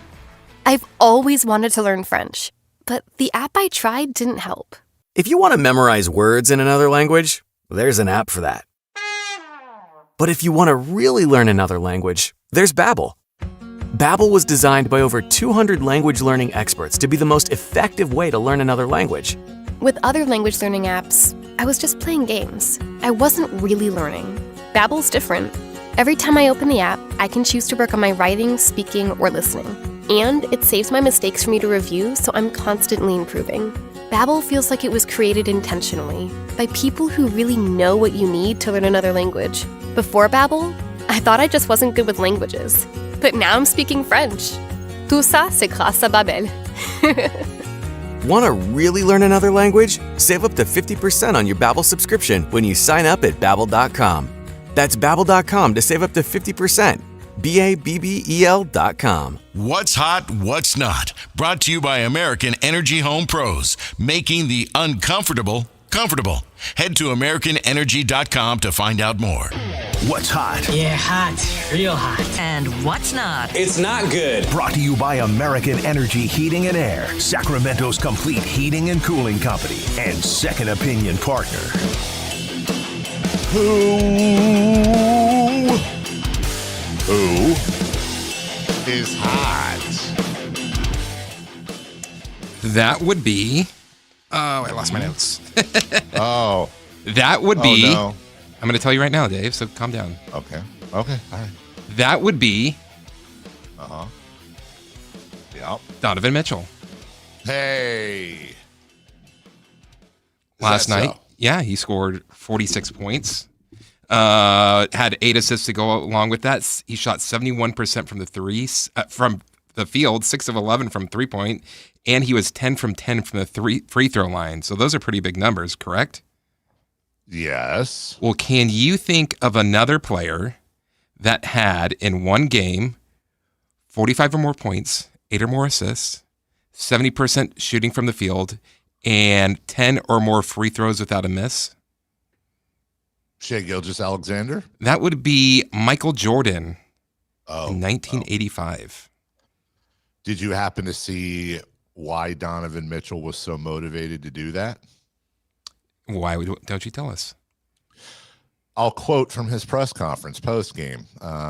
See, Donovan Mitchell was playing NBA 2K online. He said, this kid pissed me off today I was playing. He called me washed and a bunch of things, but I love it. He said he ain't seen a highlight from me in a minute. I told him, all right, we'll see. This game was that kid or that grown man. And I told him I was going to shout him out too. So, hey, look, if whatever gets you going, Don, if that's what gets you going, 46, 8-4, you should probably play NBA 2K and get trash talked more often. That is true, though. It's been a minute since we've heard from Donovan Mitchell. So there you go. Who is not? The San Antonio Spurs. They had an 8-point lead going into the fourth quarter, and they lost to the Los Angeles Lakers. Final score 118-116. Spurs have lost 2 in a row, and you got to ask, are they going to win again? Are they going to win? Has Wemby been figured out? Yeah, that's hey, listen, that's 2 games in a row that they've lost. That's 2 games in a row that Victor Wembanyama has looked semi-human. As a matter of fact, over his past 2 games. Now, let me just put this in context. The first 5 games of the year, Victor Wembanyama averaged 30.2 points, 14.6 rebounds, 3.4 assists, 1.4 steals, and 4.8 blocks.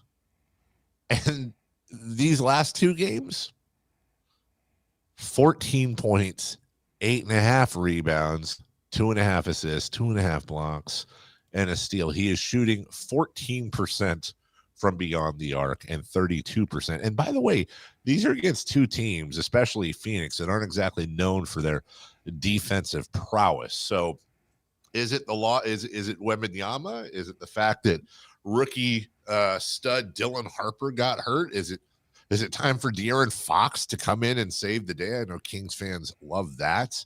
But they are 5-2. But then again, yeah, exactly. They lost 2 in a row. I know we got to get to recap 3 in the key as well, but I also want to point out last night, Oklahoma City suffered their first loss of the season, and they did that to the Portland Trailblazers. Kings will, of course, play Oklahoma City on Saturday. Both teams are going to have a couple days off. And look, it is, number one, it's way too early. Number 2, the Blazers have the last couple seasons, I believe, certainly last season, had pretty decent starts. But I've been using Oklahoma City as a model for the Kings for a while now. And it's like, okay, dude, they won a championship. Find somebody else. Well, you might want to look at the Trailblazers. It's not just that they have 5 wins, Chris. It's that they beat the Warriors in game 2 by 20. They've won in LA against the Lakers. They beat the Nuggets, and now they beat the Thunder. So that is, and by the way, their other losses, they haven't lost a game by double digits yet. They lost by 4 to Minnesota, 7 to the Clippers, and then they lost by 8 to the Lakers a couple nights ago. They're 5-3. They play the Heat next. Chauncey Billups, they had to deal with that. And then, by the way, I look, all betting and all that aside, I actually I wasn't really impressed with Chauncey Billups as a coach. And I look at the Blazers roster, and this is what I'm talking about, kids. This is a really good example of the direction that the Kings should want to go. They've got Donovan Clingan in his second year at center, and we'll see what he is. But you're talking about a guy that averages nearly a double-double. He doesn't turn 22 until February. He's 7'2", 280. Denny Avdia is a guy I was begging for the Kings to move for back when he was on Washington. 24.5 points, 6.5 boards, 4.5 assists on pretty good splits. He's 6'8". He can play three positions, and he won't be 25 until January. Tumani Camara's the guy they got. They picked up for nothing. Second round pick by Phoenix, pick 52 in the draft, and is just a perennial all defensive guy. Shaden Sharp is still coming along, 18-5, but can jump out of the gym and provides all kinds of crazy athleticism. And then at point guard, they've got Jrue Holiday. And for me, that's the Russ Westbrook spot. That's where you bring in a veteran. That's where it matters. We were having a conversation earlier about how much vets mean and building culture and all that. That's how you do it. You have a young core, and then you bring in the vet to kind of bring them along. And by the way, number 2 pick in the draft, Scoot Henderson, is out and sitting on the bench. Who knows if he's going to turn out to be anything. Plus Jeremy Grant and the rest of that bench, Duop Reith, Robert Williams, etc. If I were the Kings, sure, you can look at the Thunder, but for more of a close blueprint as to what you want to be, dude, the Portland Trailblazers, I think, are absolutely going in the right direction. All right, we got to recap 3 in the key real quick. Roll the music, if you would. Let's get to it. Nobody played last night in the game between the Kings and the Warriors. But wait, first ballot Hall of Famer Russell Westbrook. He played and had a triple-double, and they won, and it was awesome. And back to you. Okay, Dave. Our first question from Jason was, who was going to be the Warriors' high scorer? You, of course, picked Brandon Pajemski. You said he was going to have 28 points. Jason said Kuminga would have 26. I said Kuminga would have 19. Well, we were all wrong. Will Richard had 30 points for the Warriors last night. Little Richard? Yeah. What? That's crazy. Let me just look at the box score here real quick. Let's see. Kuminga had 24. Pajemski had 14. So I think Jason gets No, this we got that. We didn't one. get the right player. I'm just saying he had Kuminga with 26 and he had 24. All right. Little Richard wins. All right, second one. Second question was, what was going to be Russell Westbrook's stat line? Dave, you said he was going to go 18, 11, and 6. Jason, 15, 8, and 2. I said 12, 6, and 5. Well, we were all pretty off. 23, 16, and 10. His first triple-double with the Kings. Yeah, but you know what? I was the only one to say he'd have a double-double. We'll give it to you. Double. Yeah, I think I get a half point on that one. All right, random stat. Random stat. Dave, you said the Kings were going to have their first loss when favored. Wrong again. Wrong again. I said Levine would have 40 or more points. Levine didn't play. What an idiot. And Jason said the Kings would come back from a double-digit deficit to win. They were down 13, and they came back and won. Oh, we have an exact right score. Jason Ross, he would get the points, but he's not here to claim them. So Chris and I will split his point in half. We'll share them evenly. Yeah, why not? Hey, you like that. When we come back, all right, Kings, Warriors tonight. Chris is going to bring up some audio we've got from the G-Man talking to Drew Eubanks, Russell Westbrook, Doug Christie as well. And don't forget at 9:30, not just what's on deck, but also Uriah Faber will join us. So a final hour of the program coming up right after this. Visit SactownSports.com and join the Sactown Sports 1140 newsletter. This is the story of the one. As a safety manager at a manufacturing plant, he does everything he can to keep his coworkers safe. From finding ways to reduce risks to keeping safety supplies in stock. And for that, he relies on Grainger, Grainger offers a broad range of quality products and next-day delivery, so he can always play it safe. Call 1-800-GRAINGER, click Grainger.com, or just stop by. Grainger, for the ones who get it done.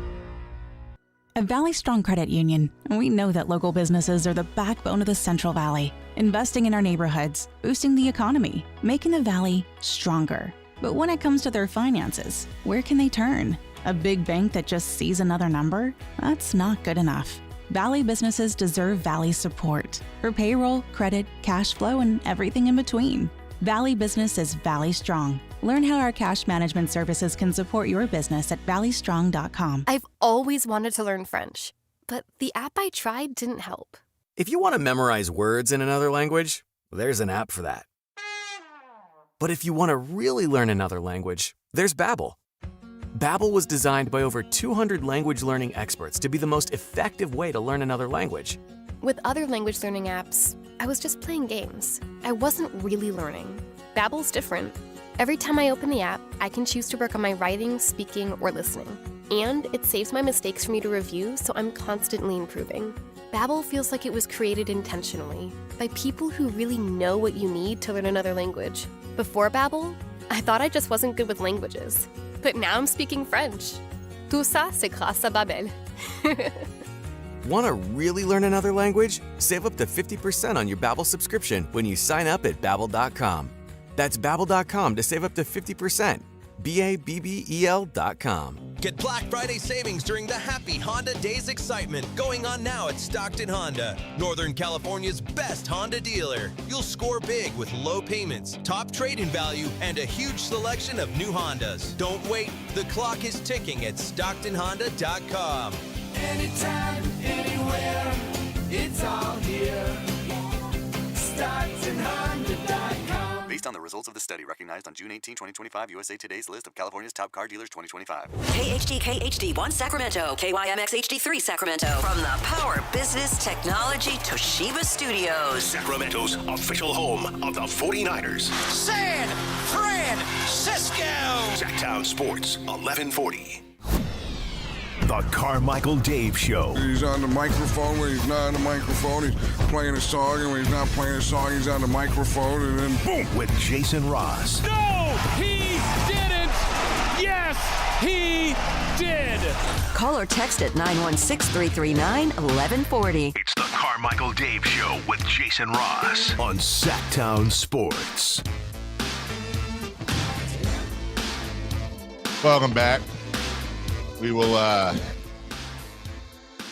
we'll get to some sound from last night's game. Again, this is one of those times I'm just reporting news, and I don't want to, but it is news, unfortunately. We talked earlier about the passing of 24-year-old Marshawn Kneeland. He was the second-round pick for the Cowboys, the Dallas Cowboys last year. Anyways, that's the only details we have. You know, and normally I don't know. I try to be conscientious in a world that is so you know, so very now, and you know what makes headlines. But I am going to share this for a specific reason. So the Frisco, Texas police, and this is courtesy of Adam Schefter, have released this. Yesterday at approximately 10:39 p.m. Central Time, the police department responded to assist the Texas Department of Public Safety with locating a vehicle that had evaded troopers during a pursuit that entered the city of Frisco. After losing a visual of the vehicle, troopers located it minutes later crashed on the parkway. Initial reports indicated that the male subject, later identified as Marshawn Kneeland, fled the scene on foot. Officers established a perimeter and initiated a search of the area with assistance from canines and drone units. During the course of the search, officers received information that Kneeland had expressed suicidal ideations. He was later located at 1:31 in the morning with what appeared to be a self-inflicted gunshot wound. He was gone by the time they got there. So yeah, look, why am I sharing that? I mean, obviously it's news and you're going to hear about it. And secondly, it's never, I'm not going to preach. I'm not going to soapbox. It's not my place. But we all know people that struggle. And maybe some people listening right now have struggled themselves. And there's no shame in it. And Marshawn Nealand was a 24-year-old NFL player. He was a 24-year-old man that had his whole life in front of him. Second-round pick in the NFL, which comes with millions of dollars. A whole life ahead of him, family, friends, all of that. And some people may say, my goodness, what could you possibly have to be upset about when you have all of that? I'm poor, or my job sucks, or whatever it may be. But it just goes to show you that depression and everything that comes with it knows no master. There is no stereotype. There is no, and all we need to do is go through the years and think about all of the music legends and actors and actresses and everybody from all walks of life that have left us way too early because of that. So take a moment. Number one, I will say two things and then we will move on. Number one, if you are feeling badly, if you are feeling sad, if you are feeling depressed, if you feel like there's nothing out there for you, there is help, because there is something out there for you. There is help. There are people you can talk to. There is a hotline. There are all kinds of ways that you can reach out. Please do so. But even more importantly, because it's very difficult to breathe when you're drowning, if you know somebody that may be struggling, young or old, relative or not, rich, poor, doesn't matter. Shoot them a call, shoot them a text, check on them, check on your friends, check on your family. You never know what they're going through. And I would say, thirdly, I lied. I was only going to say two things. Sometimes in life, we come across people that maybe aren't acting towards us the way we would like, whether it's online, social media, or even in person. And I would just simply say, finally, take a step back, because sometimes people are dealing with battles that we have no idea they are dealing with. And I can't remember. I don't know if there's any time in human history, and if there are, they're very few, that somebody has shown compassion and grace to a fellow human being and come out on the wrong side. So there's much more room for that than the other. So check on your loved ones, please. And my thoughts are not just with he and his family, but with the many people today that are going to read this story who have been affected by those who have taken their own lives, and I'm sure be triggered into a world they don't want to be in. You are loved, and that's it. All right. Again, as I always say, there is no good segue into that which in the big scheme does not matter, but we are all here for an escape. And last night, your Sacramento Kings beat the Golden State Warriors. It was a weird day because we knew Steph Curry wasn't going to play. We knew there was a very good chance Jimmy Butler wasn't going to play, and Draymond Green was highly questionable. And then later on, there were reports that also Brandon Podziemski was highly questionable. We mentioned on the show yesterday, and we don't look at Las Vegas lines, or I've at least said this before when we play our game on the Vegas line. It's not from a gambling standpoint. We don't do the gambling stuff. It's because Vegas is often a barometer as to how a game might go. They are quite good at it. So it intrigued me and made sense that the Kings would be favored by 2.5, pending the Butler, Podziemski, and Draymond Green news, but still 2.5. So Vegas, we obviously felt like there was more than just Steph Curry going to be out. Then, before the game yesterday, came out that not only would the Kings be without Keegan Murray, who we knew they'd be without, but they would also be missing Domantas Sabonis and Zach LaVine, who are by most accounts, the two best players on the team. And that line that the Kings were favored by 2.5, that it did not change. It stayed at 2.5. I thought that was rather hinky. Now, the Kings went on to win last night, but it made me think, if Vegas didn't alter the line, right? If Vegas did not alter the line, from before Sabonis and LaVine were announced to after Sabonis and LaVine. And I hate it, but this is what these gambling stories do to me and others. It made me think, did Vegas know far earlier? Did Vegas know far earlier that these guys were going to be out? That's what gets me. Did they already know? Because how would you not adjust the line? Anyway, Chris, you've got some audio. Let's start. I believe this is the legend, Gary Gerald, speaking post game, and his guest last night was Drew Eubanks. Do we have that audio, Chris? We'll be handed a headset here. We do. By Michaela Rossi, and with the headset on, we're waving at you, Drew. Yeah. You got us, and you can hear us okay? Yep. I know it's very loud. It's all good. The shooters are going to be invited to light the beam, but... Man, I wish that was me. I'm sure you'll get your time. Yeah, hopefully. In the spotlight. Yes, sir. How satisfying is this win? Man, it's to be undermanned like we've been without Keegan, Zach, Domas. I'm new to this, but I know they're Golden State's our rival. So good to get a win at home in front of our crowd and just keep stacking wins. How palpable was the energy that you were feeling tonight from all of these fans? Man, it was great. It was great. Coming off that long road trip, we got one of the games, and we needed this one at home for sure. So the fans definitely helped us out with that.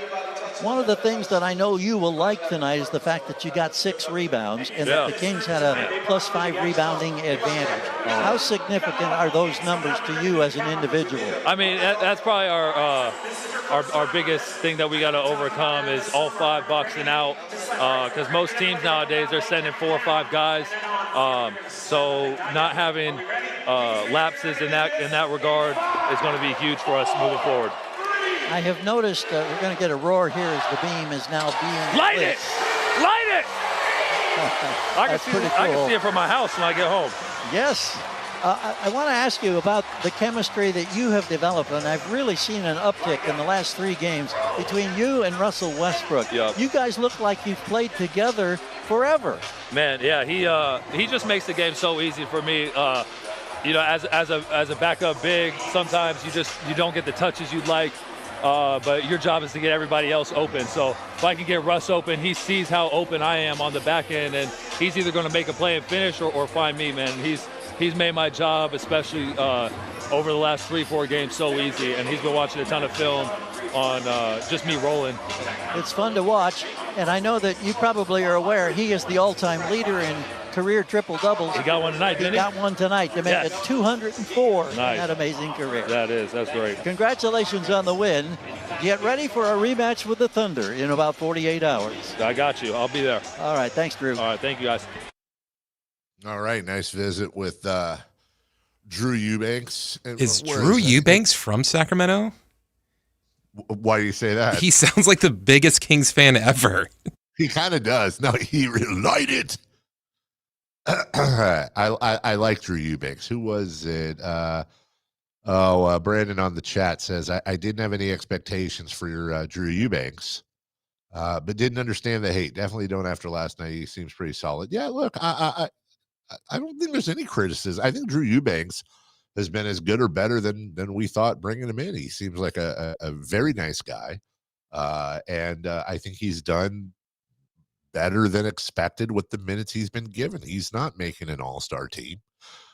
He's not even making an all really good team. But I think after hearing him say, I'd love to light the beam, if I'm the Kings, he's lighting the beam. And, light it! Light it! I have a feeling, here we go. I'm right on cue from the text line at 916-339-1140. Light it. That definitely needs to be on Kings Rewind. Wow, Chris. The Verlod Nation, the Verlod squad is already now that's where you know you have it going, when they're already flagging clips for you to. But now, are you a let's let the artist paint guy, or are you a bring it on guy? I've had an occasional person reach out to me with saying, hey, this would be a good clip that I have used before. Okay. It rarely happens. I don't go looking for. I don't ask for any help, but occasionally I'll get a good one. Somebody, I don't know who, but I saw very early in the show somebody was getting on you for not using Gollum, saying "my precious" from Harry Potter for Precious Achua, and as a noted Harry or Lord of the Rings fan, I know you like Harry Potter. Yeah, I disagree. I think it's too obvious. I do. I think that texter didn't hear what his nickname is. Yeah, the big sneeze. That's why we use that. I think that's just. I think using "my precious" for Precious Achua. That's just. I mean, it's nothing wrong with it. Just a layup. Speaking of, lots of layups last night for the team. Let's get it. What are you, celebrating or sneezing? Let's get into individual stuff. We'll run through these clips. The man of the evening, Mr. Triple-Double, Mr. All-Time Greatest Guard Rebounder ever, passing St. Joseph's of Alameda's Jason Kidd, Russell Westbrook, on his ability to get to the paint. You know, we knew that they didn't have any shot blockers in the paint, and we made an emphasis coming out of halftime that we're going to attack the paint, get downhill, be aggressive, and I thought we did a good job of setting the tone and the pace of the game from the third quarter on.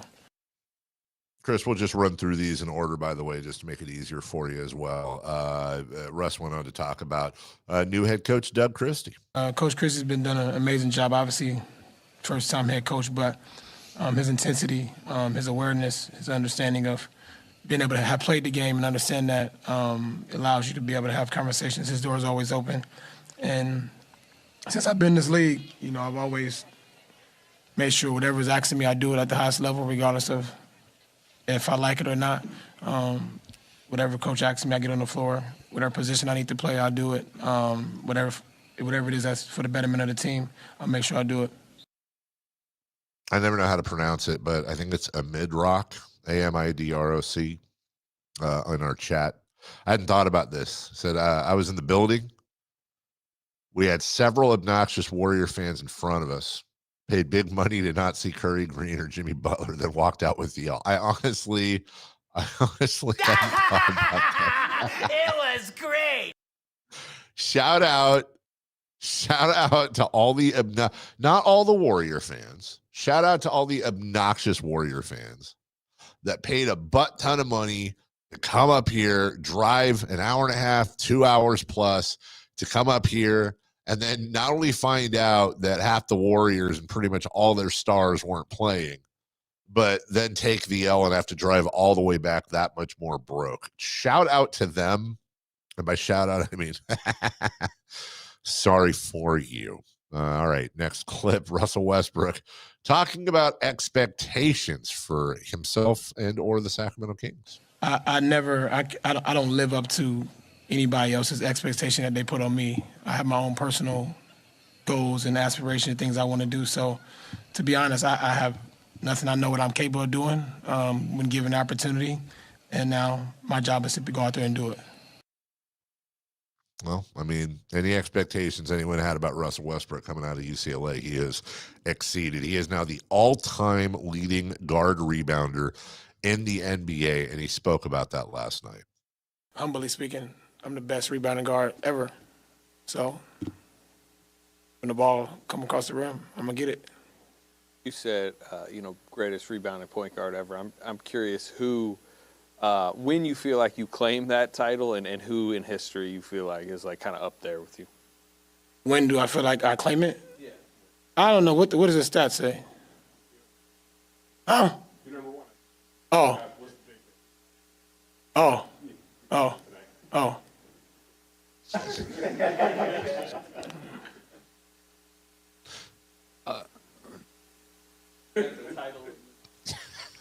Honestly, I didn't even know that it was tonight. I need to get that game ball. Can somebody get it for me?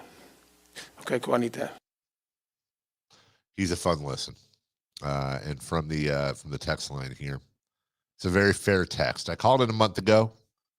when the Russ Westbrook signing went down, I totally tore apart the Kings and the organization. Honestly, I still feel the same about the organization, but I think I was completely wrong on the signing. In retrospect, it's a great signing.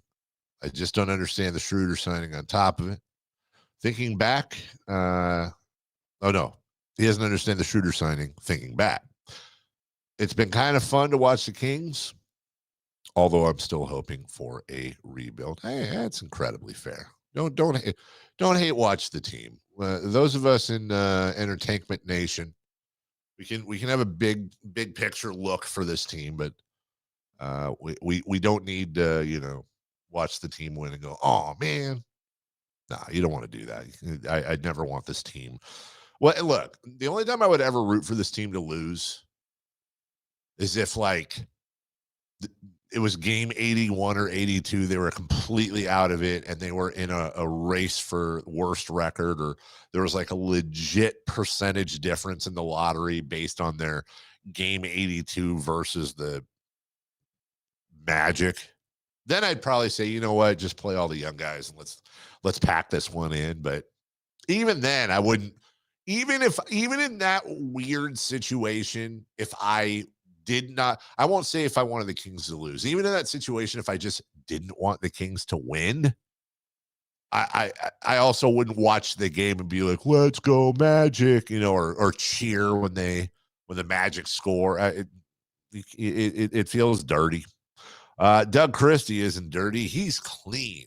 And he wanted to talk about his point guard or power forward or whatever the hell position he was playing, Russ Westbrook. You see media and all these different things about Russ. And for me, none of that's true. So people say a lot of different things. Is he extremely passionate? Yes. Basketball is a game of mistakes. We all make them. But give me a guy that leans on putting his foot on the gas and getting after it, as opposed to somebody that you got to turn up and try to coax into giving you more. He gives you everything that he has, and that's what you want. He goes from one point guard to the other. Here's Coach Christie on Dennis Schroeder. Dennis is spectacular, man. I first of all, I love the fact that he just was aggressive. I tell him rejects, downhill. He is quick. He gets to the basket, finishes. And to their credit, they changed some of his shots, but he did not stop. And that's really what we want out of him. We want them to understand, meaning the opposition, that you got a problem in front of you, because at any second he can go. And then the three started falling. All of a sudden, his game, the fourth quarter, late third, all of a sudden he kept us stabilized. And that's the Dennis Schroeder that I've watched, that I love, that I respect, that we brought here for the reason of being a leader of this team. And make no mistake about it, he is the floor general, and we want him to keep his foot on the gas, keep everybody accountable, and be the guy that we know that he is. All right. Doug said it again there. Chris, have we gotten an official ruling? Because it really is starting to bother me now. Has any game media, media that's at the facility every day, has anybody asked him if it's Schroeder or Schroeder? I don't believe so. From my understanding, it's always a different of what I say. So I just go with I'm wrong. I was convinced and have heard throughout his career that it's Schroeder. But then it's not just Doug. I've heard this on broadcasts. I've heard this in other places. I've heard Schroeder. And I know it's spelled Schroeder, but it also has the two dotty thing. What is that? Is that an umlaut? Whatever the hell the two dots are above the O, which I thought meant it turns the O into an U. So I don't know. It's a very, very simple question that somebody can just simply pose to Dennis. Hey, we've heard both pronunciations. By the way, the guy's been in the league 30 years. You figure we get it right. But then again, even the best make mistakes. Old school Kings fans might remember that one of the great all-time TV play-by-play voices. Kevin Harlan, still going strong. But I will never, ever forget him continually referring to Peja Stojakovic as Peja Stojakovic. He did it every single time, and he's the best in the business. All right, so again, a mid-rock on the chat says Dennis Schroeder is pronounced Schroeder, with the O sound being tricky for many English speakers. How is that tricky? Ooh. How is that tricky? Watch. Ooh. Ooh. Ooh. Ooma. Boo. True. Nope. School. Come on, man. If it's Schroeder, then can we just make it? I mean, let's respect the guy. Schroeder. Anyway. Lastly, Doug Christie, we played this earlier, was asked about Russell Westbrook and maybe him starting. You know, once players come back, I think, you know, we brought Russ in to be the backup point guard, but he has so many gifts. It's like, I mean, he played the 4, so he's going to play all over the floor because of his physicality, his downhill nature.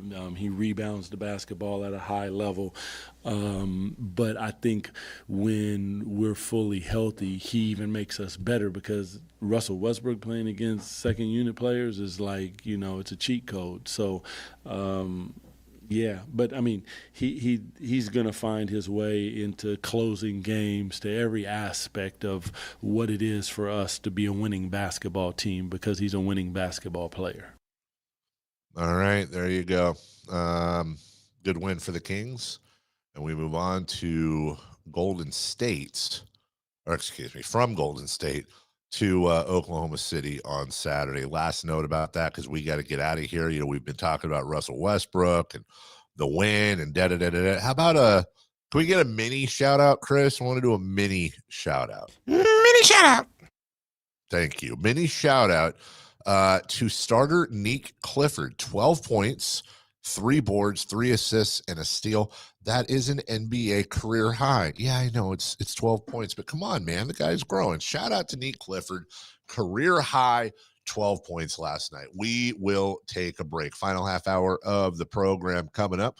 When we get back, what's on deck? Brought to you by Trex Decking and Railing. Uriah Faber will join us ahead of the fight he is promoting coming up here very soon. And then crosstalk, celebrity birthdays, and more. So sit back. Final half hour. It's always fun. We're right back after this.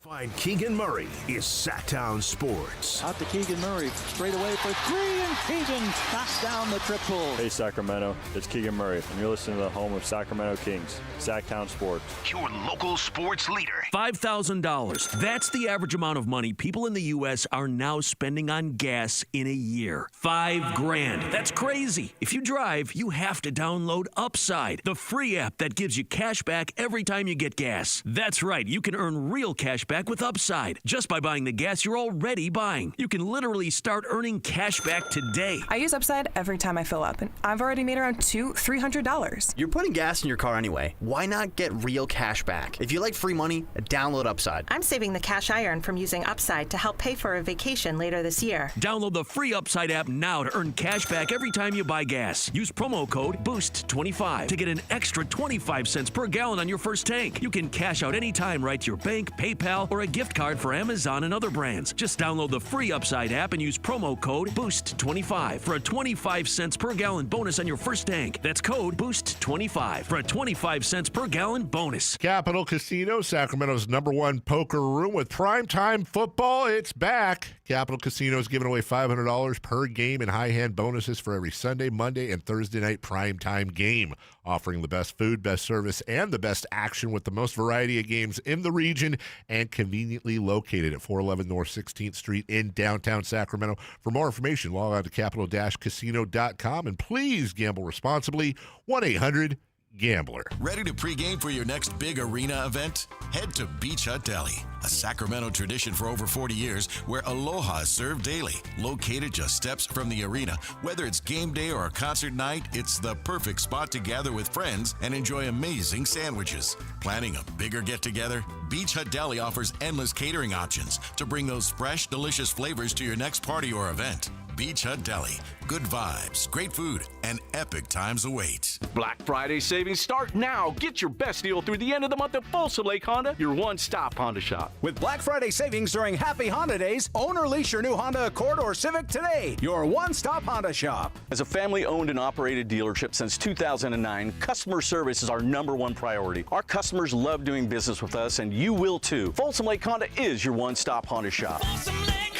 Visit us at FolsomLakeHonda.com. Your one-stop Honda shop. Coverage varies by plan, view contracts and exclusions at EnduranceWarranty.com. This is an announcement to all United States vehicle owners who own a 2003 or newer vehicle with a manufacturer's warranty about to expire, or no warranty coverage at all. With a struggling economy and the cost of living on the rise, Endurance is now offering an affordable, low-cost vehicle coverage plan to the general public. As of today, you could be one of millions of drivers that now may qualify to have your vehicle protected under this coverage and have all future covered auto repairs paid directly to the repair shop for you. You pick your plan. You pick your deductible. You even pick the repair shop. Roadside service, towing, and rental coverage is included. Get your vehicle protected now and save your wallet from costly vehicle repairs. A toll-free number has been established for you to call for your free 5-minute quote and to see if you qualify. The number to call is 800-292-0975. 800-292-0975. Again, that's 800-292-0975. Gotta do is put a drink. Eric Church is back and bringing his unforgettable live show to Sacramento. Eric Church Free the Machine Tour with special guest Charles Wesley Godwin.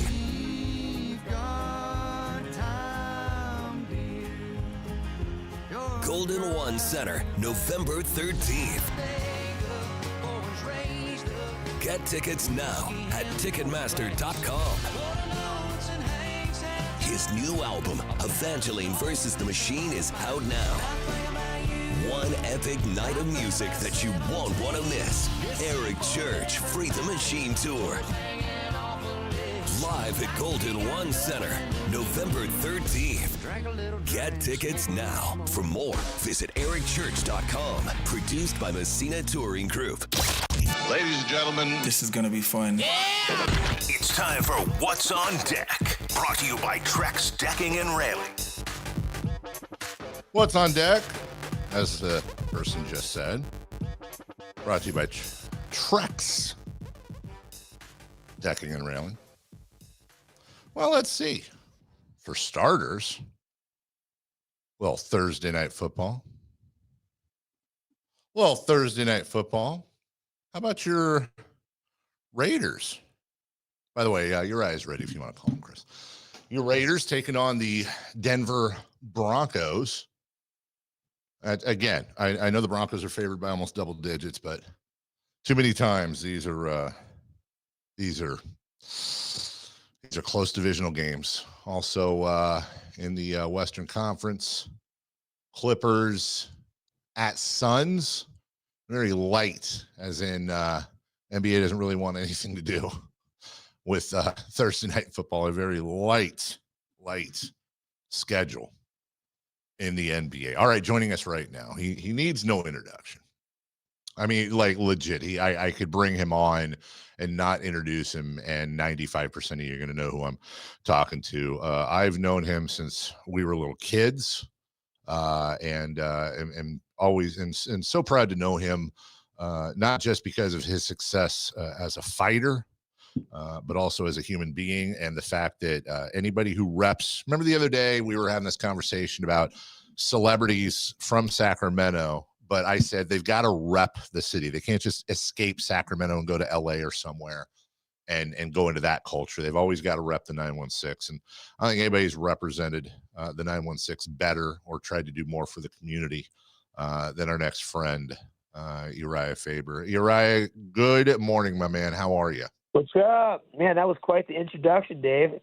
I was like, I used going for it, man. Thank you. Because it's been like a year since you've been on the show. Just because you're retired from fighting doesn't mean you can't come on and visit with us, man. How are you? Yeah, I'm good, man. I'm doing awesome. I'm out here in Vegas. I'm actually with Joseph Morales. He's the co-main event in the UFC this weekend. He's actually our longest standing member of Team Alpha. He's been in the since he was 9 years old. This is his second stint in the UFC, Ultimate Fighter winner. So I'm all pumped up, man. Got a big one this weekend. When you get in that position, I'm curious for you because you're still a fighter in your head. It doesn't matter how long you've been retired for. I know you still have that mindset. Would you get more nervous for your fights, or do you get more nervous for fights like this where you've known the guy forever and you want the world for him? Normally I get more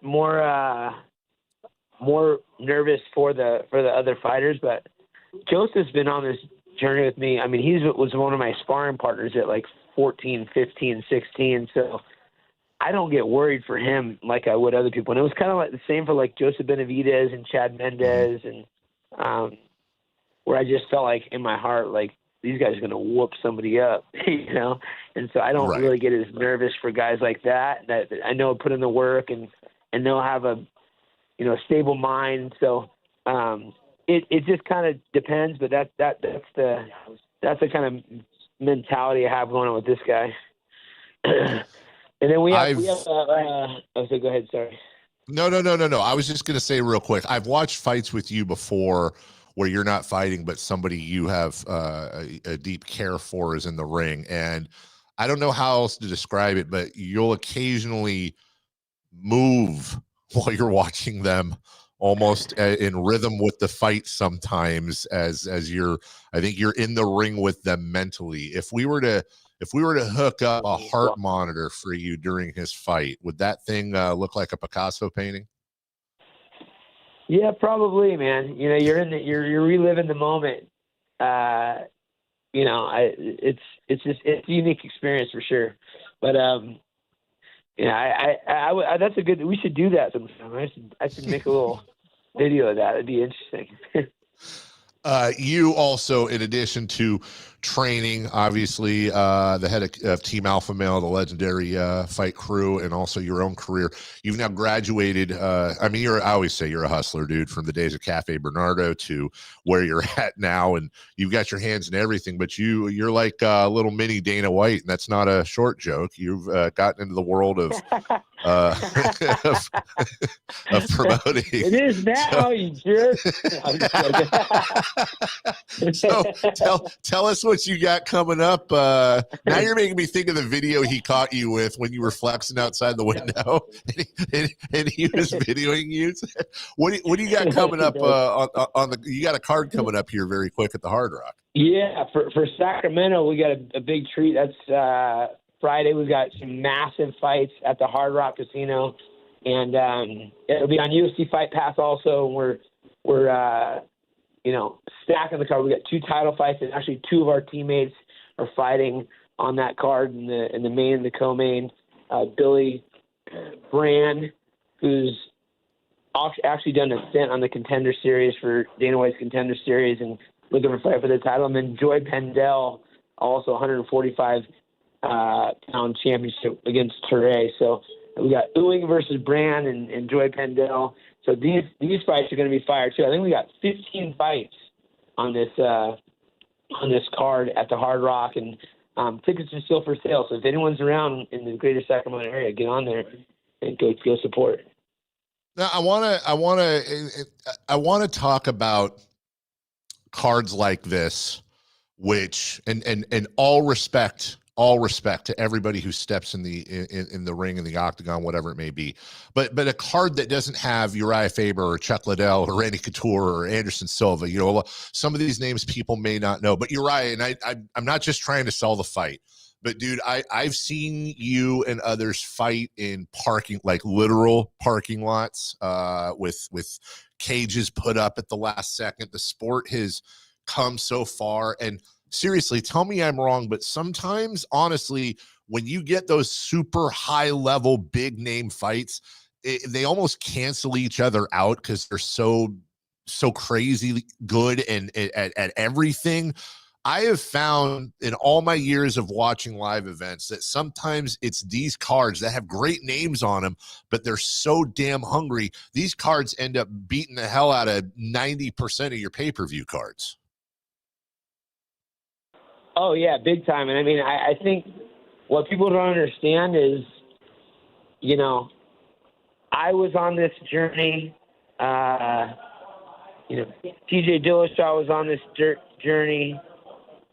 We had Joseph Benavidez, Chad Mendez, Clay Guida, Darren Elkins. We all fought on these shows. We're the same fighter, if not hungrier on these regional shows. And even today, I'm here with Joseph.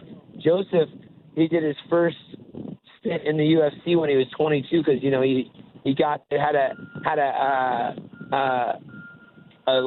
short little run and then was out of the UFC, and he became our champion in 8-1 combat. You're seeing a veteran who has to come back and he becomes our champion, and you get to see these different fights that have a lot more meat. It's almost like college football, you know what I mean? Like these guys are doing it for the right reason and they're fighting to the death. I mean, it's pretty wild to witness. So you can be there, and then it's fun to be on that very beginning, and you were one of the guys. I remember my manager saying, hey, we had James Irvin and Scott Smith are fighting in the UFC, but Carmichael Dave really wants to talk to you. And, you know, we had that relationship from elementary school, but, you know, it's cool that you were there for the whole part of the journey, and I think people are getting the opportunity to do that same thing by going to these shows that highlight these fighters that are trying to grind. Well, you're leaving one thing out, and I appreciate that. Is because I couldn't get Scott Smith to put 3 words together. That's why I wanted to talk to you. Yeah, I don't know how he's doing these days, but I think he might be doing all right. But you know who's doing really great is James Irvin, man. James Irvin has been crushing it running the UFC gym Rockland. I mean, he runs a tight ship over there at my gym out in Rockland, and you know, I'm so appreciative of that guy. But it's funny how this all comes full circle, huh? No, dude, it is. I haven't talked to James in forever. I talked to Scott about a year ago. He was I'm not joking. I think he's in Oregon, and he's doing like counters. Like he's doing really well installing counters in houses, and his family and all that, and he comes from a blue collar background. But Scott was always. And by the way, everybody, I love Scott Smith like a brother. I'm having fun with him, but let's just say this way: whenever I was around Scott Smith, I would always protect myself at all times, if you know what I mean. Yeah, one certain region. Last thing for you, my man, and I want to give you a chance one more time to plug the website and the fights coming up. Uriah, I know this is a stupid question on the surface. I'm going to ask you if you miss it, but what I mean by that is everything. I'm talking about the fight. I'm talking about the training. I'm talking about the cuts, the bruises, the road work, everything. Do you miss it? I do not miss it. Every once in a while I'll watch a fight where I go, man, I wish I was in there, but most of the time I'm watching a fight going, man, I'm glad I'm not in there, and it makes it a lot easier to move on, I guess I would say, by having the kids that I have. My kids, man, I mean, that's my main focus. I'm world champion dad right now, and Callie and Rome, they're just thriving and kicking butt, and we're doing all sorts of fun stuff. So I'm very focused on business. I'm focused on the next generation of guys, and I'm focused on developing 2 amazing humans. So I'm very content. So you don't miss the 1 teaspoon of ice water every hour before the Jose Aldo fight in your living room? You don't miss that? Bro, you would not believe how much I'm weighing these days, man. And I'm carrying it all right, But I think I hit 180, man. I hit 180 for like about an hour. The next morning I was back to 175, but I was a 135 pounder, man. It's crazy. Wow, California moves in the house. All right, dude. Give us the plug one more time. What's going on? Where can they get tickets? We have Hard Rock Casino, a1combat.com, or show up to the Hard Rock and get your tickets. If you can't get there live, watch on UFC Fight Pass. We've got a stat card at the Hard Rock, and then tune in on Saturday. We've got Jamal Emmers, who's fighting from our team, and then Joseph Bopo Morales, who's a Sacramento guy, the longest standing member of our team. It's the co-main event on the UFC. Make sure you guys check it out. Show some support Friday, and then jump on Saturday as well. I'll be at both. Don't just support these guys, also support Uriah, who's been there for our city and will continue to do so until he's California old man. Say hi to your family. Give them my love, and good luck this weekend, brother. Yeah, likewise. Later, brother. All right, talk to you. See you, man. That's Uriah Faber. Make sure you get out there and support. What a cool thing to do on a weekend. We'll take a break. When we come back, crosstalk with Alan Stiles, celebrity birthdays, and we wrap up the program right after this. The San Francisco 49ers play on Sactown Sports 1140. Touchdown 49ers! Every game on your #1 sports station. Don't miss the action on your local sports leader. Sactown Sports 1140. Hey, it's Carmichael Dave. I got to tell you, I am so excited to get this decking project started with Trex Decking and Railings. From the first time I stepped foot in the showroom last week, I was so impressed. So many color options, heat-resistant composite deck. What does that mean? That means I don't have to do any maintenance on it whatsoever. They even have a deck designer, so you can go online and see what your dream deck will look like on your house. Just visit Trex, that's Trex.com to get it started. Tell them Carmichael Dave sent you. At Power Business Technology, we're not another big box corporation. We're your neighbors, locally owned and operated. We know what businesses like yours need, from reliable printers to high-performance copiers. We'll help you find the right solution with personal service you just can't get online. Need setup or support? We're just down the road and always happy to help. Power Business Technology, family hometown service with big-time solutions. Contact us today for all your business printing needs at 844-POWER-BZ. That's 844-769-3729, or visit us at powercopiers.com.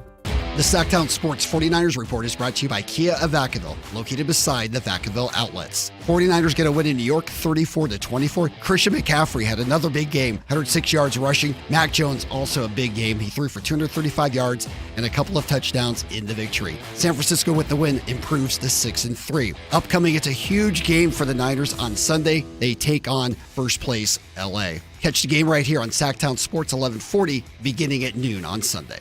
Football season is here at Kia of Vacaville. You can score big in a new 2025 Kia Niro LX with up to 53 MPG combined at Kia of Vacaville. Perfect for road trips, tailgates, and cruising to Levi Stadium in style and comfort. But don't wait. Inventory is limited at Kia of Vacaville, and these deals won't last long. Visit KiaVacaville.com or stop by right next to the Vacaville outlets for friendly service, easy shopping, and unbeatable value. All in one stop. Kia of Vacaville, where the adventure begins. This message comes from Viking, committed to exploring the world in comfort. Journey through the heart of Europe on an elegant Viking longship with thoughtful service, destination-focused dining, and cultural enrichment on board and on shore. With small ships that bring travelers closer to the destination, there's more time to explore. And every Viking voyage is all-inclusive, with no children and no casinos. Discover more at Viking.com.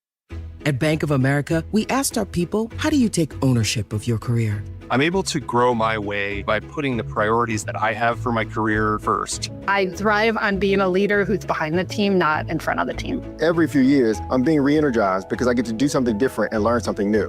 See how our teammates are growing in their careers at bankofamerica.com/great place to work. What would you like the power to do? Bank of America, proud to be an equal opportunity employer.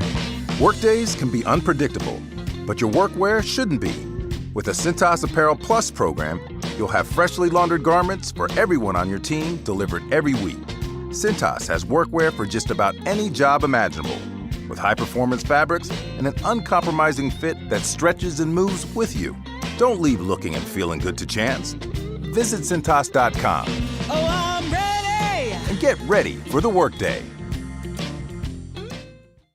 How do you stay humble when you're America's #1 wiper blade? That's what we're currently dealing with at Rain-X. Is it even possible to humble brag when you bully Mother Nature like we do?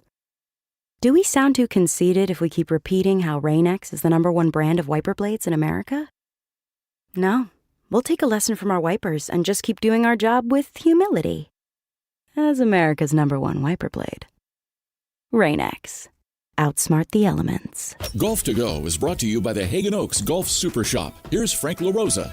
Born in 1892 to a socially prominent family, she was the consummate athlete, proficient in golf, tennis, marksmanship, swimming, and car racing. Many considered her the greatest horsewoman of the century. She was a pioneer in the field of golf course development with 3 world-class courses on her resume: the Women's National Golf and Tennis Club, Cypress Point, and Pasatiempo. Working for SFB Morse of Pebble Beach fame led to her second golf course development, which many consider to be the greatest golf course in the world, Cypress Point, where she developed a lifelong friendship and professional relationship with famed architect Alistair McKenzie. Pasatiempo in Santa Cruz was her third development, where she hosted the likes of Bobby Jones, Will Rogers, Babe Saharias, and more. Today, her place is alongside many others in the World Golf Hall of Fame. Congratulations, Marion Hollins, a visionary golf course architect and pioneer of the game. That's your Golf to Go. I'm Frank LaRosa. It's time for the news of the day. The latest headlines, the biggest stories, hard-hitting analysis. Yeah, this is none of those things. And now, here's Carmichael Dave and Jason Ross. All right, before we get started with Alan in the big chair, Chris, I have something for you. So, as a West Wing aficionado, I'm excited that Joshua Molina, who is a late cast member, not late as in passed away, but late in the show cast member of the West Wing, has said that they're doing a reboot. I'm excited and nervous. But apparently John Mulaney, the comedian / actor / writer, leaked out yesterday that he is co-writing a TV show, which apparently is the West Wing, but the subject is not the White House and the president, it's the Supreme Court. Wait, that's what it's going to be? Yes. No, they're two separate projects, I believe. But Mulaney's project is like a West Wing style show, but it deals with what I would assume is a fictitious Supreme Court. Okay, we'll see. I'm thinking, I don't think, you're the TV guy and you're also the movie guy. I don't recall there ever being a Supreme Court show, do you? No. Yeah. I think it's Alan, your thoughts? We've never seen the Supreme Court on video. No. Can't recall. It even exists. No, don't think so. You ever watch The West Wing, Alan? I skipped that one. Or I missed that one, I should say. Interesting. Well, it's on HBO Max. It's only the greatest show in television history, but yeah. Skip it. There's even a better TV show about the presidency, and it's not The West Wing. You talking about what, Veep? Yeah. Veep's way more realistic. I need to watch Veep. I've been told Veep is. I've never been told Veep was anything but phenomenal by people I trust. I just haven't gotten there yet. What's your favorite TV show of all time, Alan? Well, I was going to say this isn't really about the president specifically, but what about that new one on Hulu, Paradise? I've never even heard of it. I've never heard of it. You never heard of that one? It's good. I guess I don't want to spoil it, but it's kind of apocalyptic in a way, but you don't know it from Jump Street. It's a good one with Sterling Brown, I believe his name is, who's just yoked for no reason. Sterling K. Brown, who by the way, after the untimely passing of John Spencer, who played Chief of Staff Leo McGarry on the West Wing, when they did a one-off for charity. Oh, you mean the guy that was eaten in Lost World Jurassic Park? It was Sterling K. Brown that played the role of Leo McGarry in the one-off West Wing reboot. So, okay, there is a connection. Favorite show? Yeah, that's a tough one off the top of my head. Mr. Robot is up there, though. Mr. Robot is another one. Doesn't that have the Freddie Mercury guy in it as the star? Yeah. Yes. I missed that one too. Rami. Wasn't that on like USA Network? Yeah, there's a line of shows that started like a year or two before the streaming stuff really popped off, and then kind of ended as the streaming stuff was there, so it gets a bit random. Because I think Suits wasn't even with the streaming stuff, but then it got to streaming and then everybody loved it. But all those shows a couple years before the streaming stuff, I feel like they're like forgotten warriors because, you know, hey, where are you at? And then they kind of get lost in the sauce. But Mr. Robot's a really good one. That's how I know Rami Malek from. Mm-hmm. Suits featuring the princess. That's right. Markle. That's right. That's right. Okay. Mm-hmm. You got the FedEx delivery person from Horrible Bosses? Yes, that one too. That was her too? That was her. Well, and I know her from Deal or No Deal.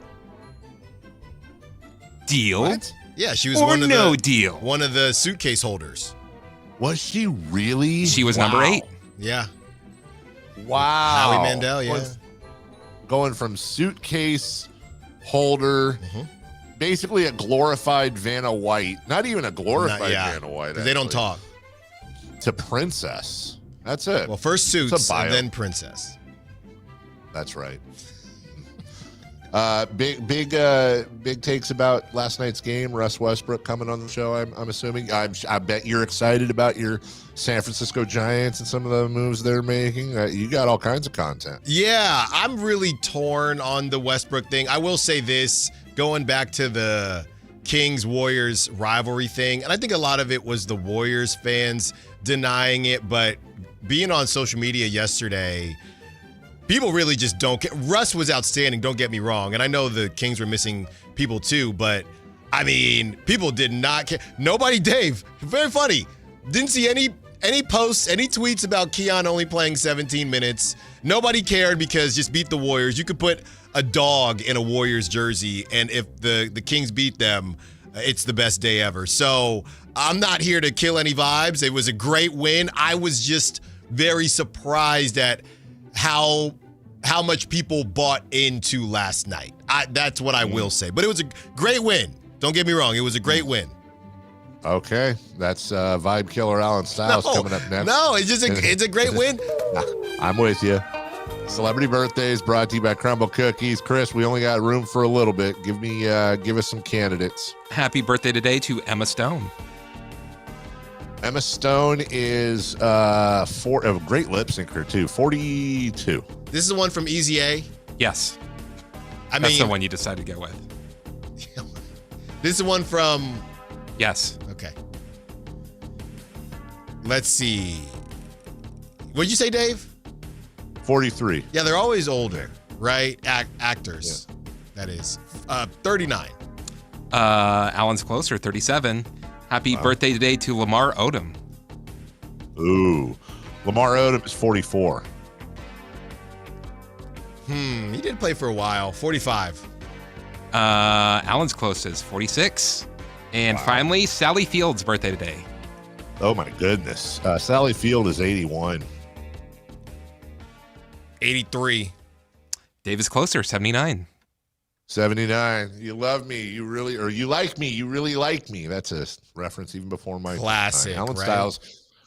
Yeah, classic. Alan Styles coming up next. Uriah Faber joined us. We thank him. Kelly Brothers, Sam Amick. Nice full show. You can grab it on YouTube. Just go to Sactown Sports' channel to check that out. In the meantime, found this out yesterday. The very well rated Alan Styles program coming up next. My thanks to Christopher Laud and half of Jason Ross. We'll see you tomorrow. Bye now.